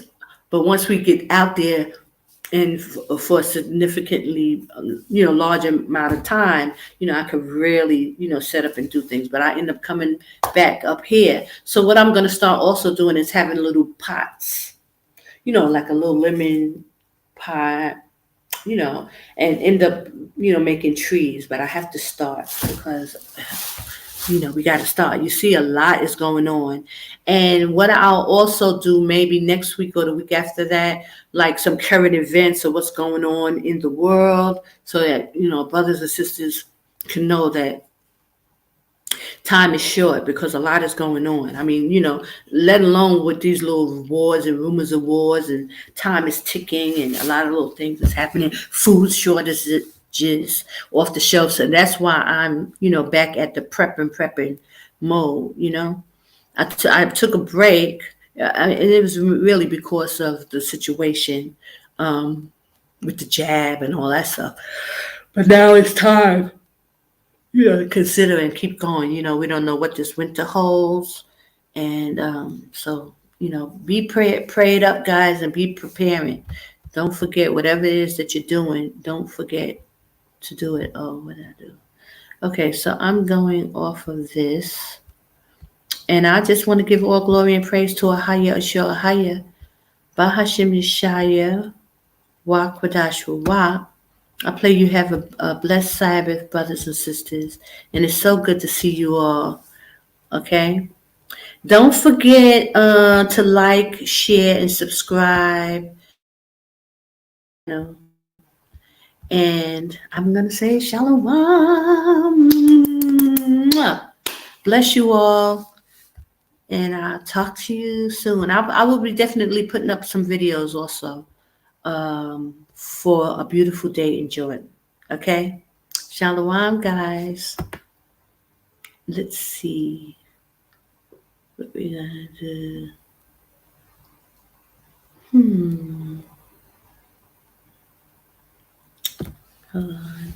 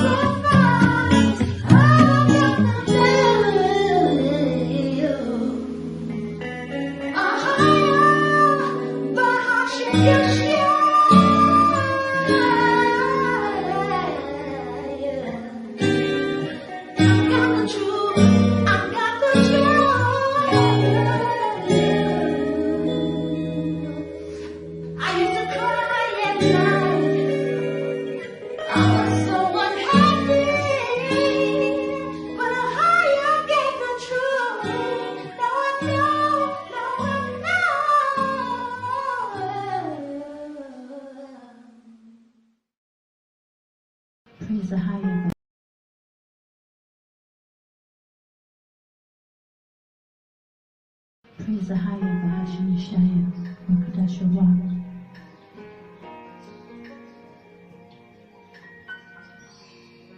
He loves me, AHAYAH. He blessed me, forgave me of my sins. This truth is so special, tastes like honey, so sweet. He loves me, Yashaya. He saved me, redeemed me with His love. So special, this relationship.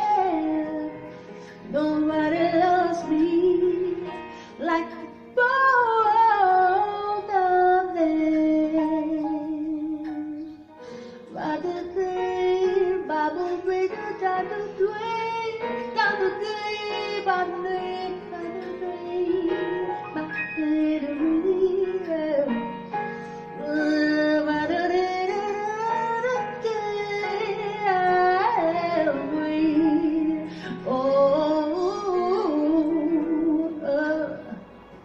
I used to hide behind the makeup and a whole lot of heroin, but then I found that I was Jacob. AHAYAH told me he loved me. I didn't fit inside the box no more. The system could not contain me. The chains broke and fell to the floor. AHAYAH told me he loved me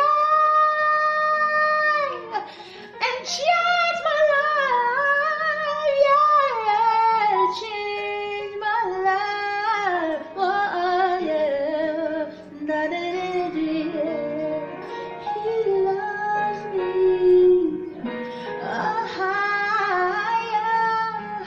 He freed me, broken all the bonds. I'm no longer a cursed thing. Now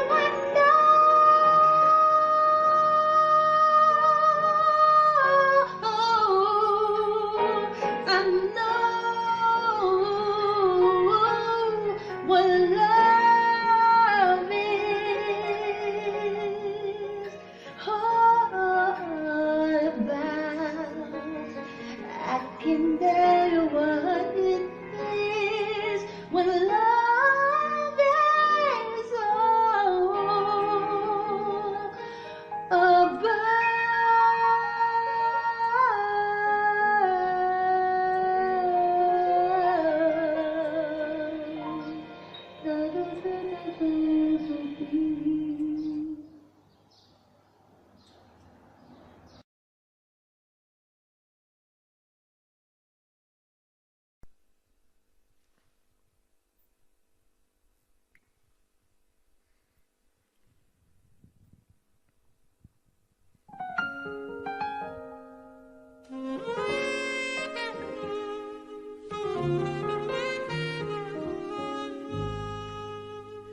I know I've seen so much in my life.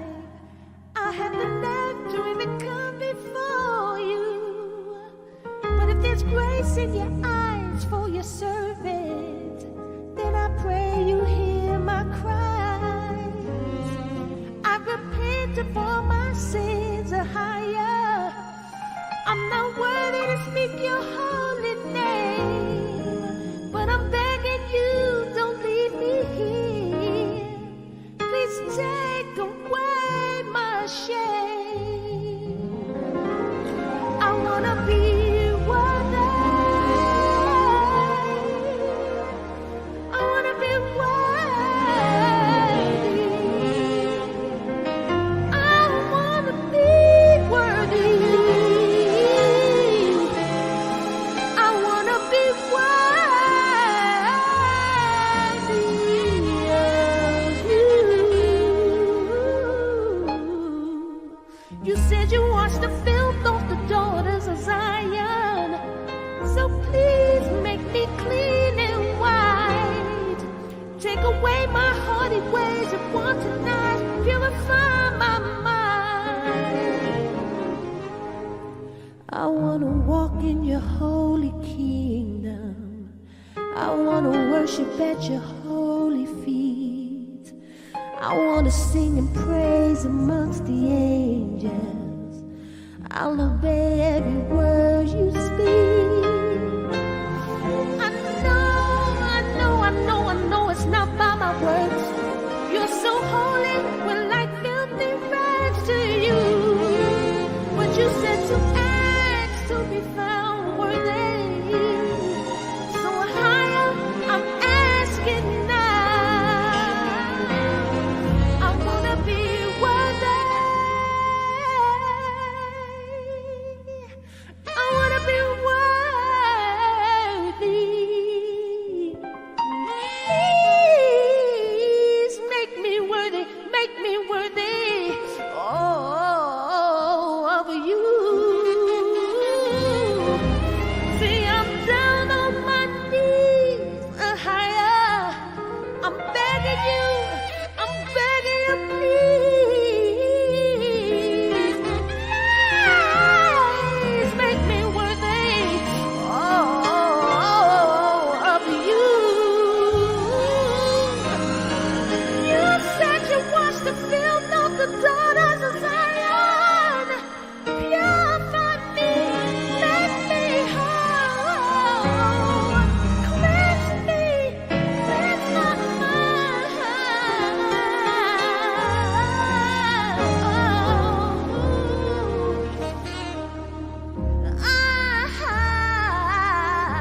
I wanna walk with you. I wanna talk with you, Abba. I wanna sing with you. Ooh, yeah.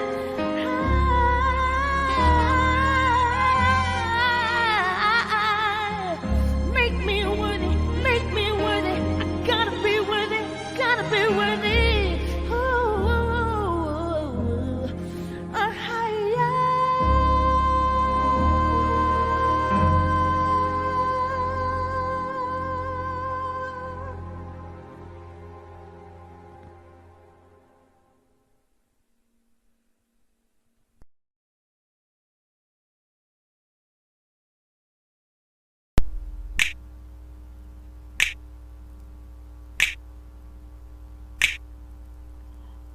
Do do do do do do do do do do do do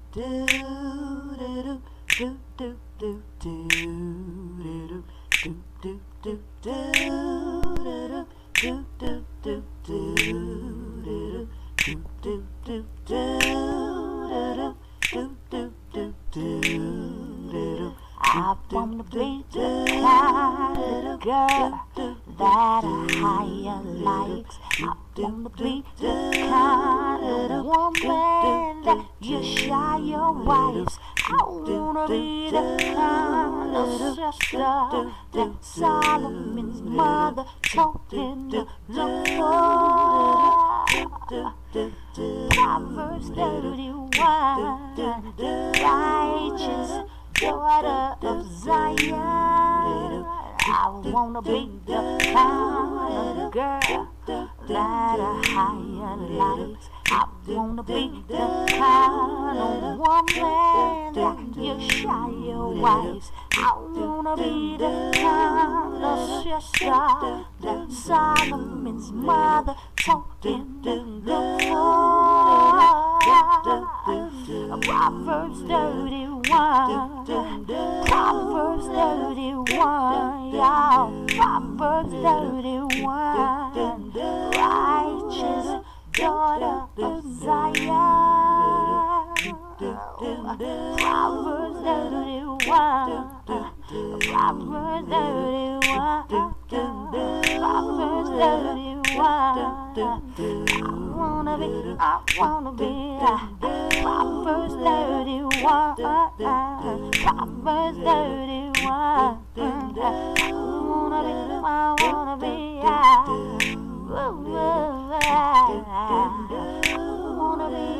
I wanna be a Proverbs 31.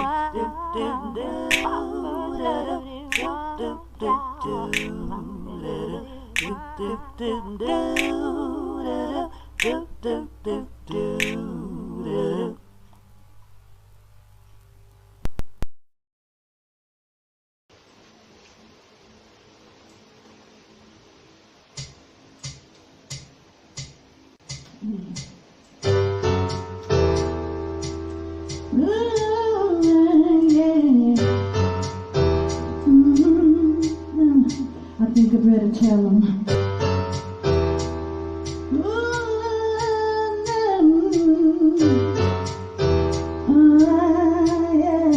I think I better tell him.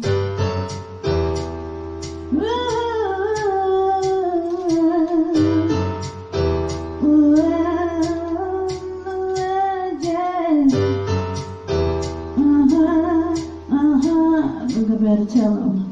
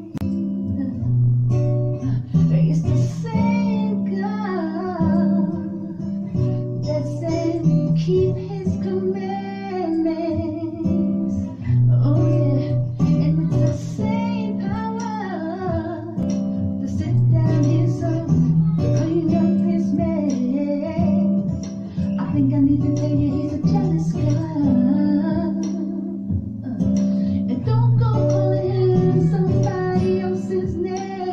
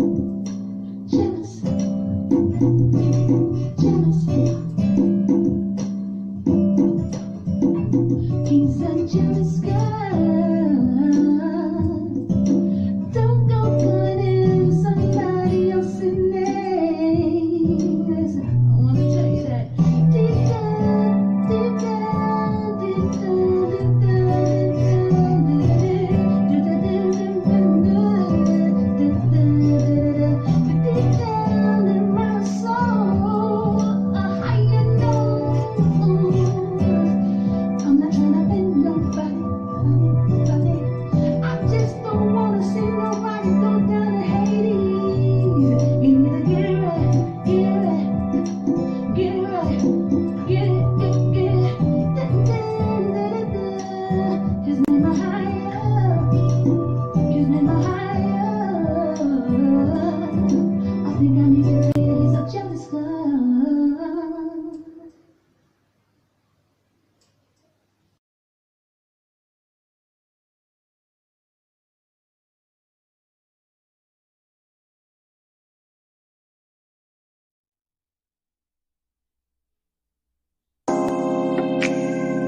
The hardest part about leaving Babylon was leaving my mom.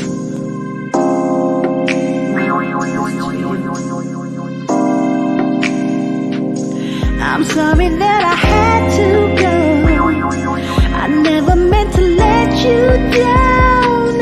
I never meant to hurt you, no. Oh mama, mama, I wanted to watch you grow. Let you know you're not alone. Never to desert you, no. Oh mama, but AHAYAH called me out. I had to leave. Please, mama, understand. I never meant to hurt you. Oh, oh mama, mama, mama.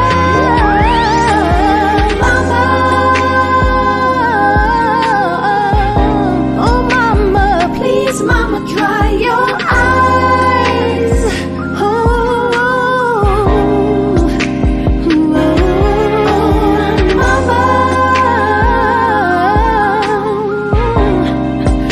I never meant to make you cry.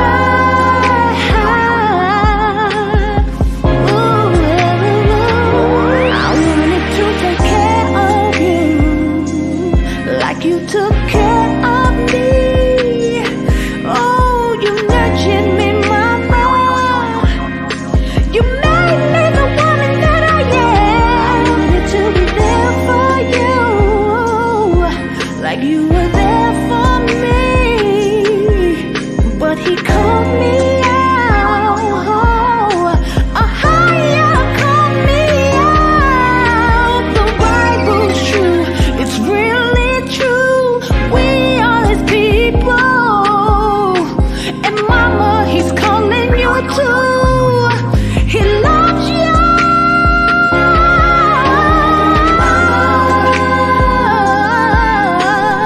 Oh mama, please mama, dry your eyes.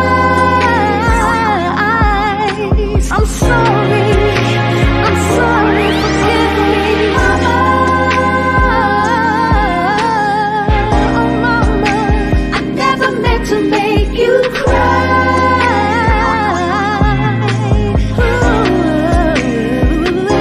He said it rebellion against the household, mother against the daughter, son against the father, sister against the brother, mama.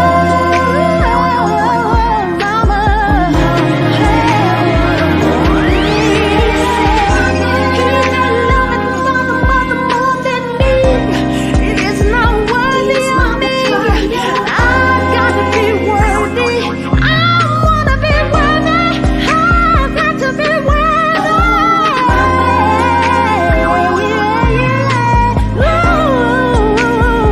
I never meant to make you cry. I know you don't understand, mama, but I love you, mama. I love you, mama.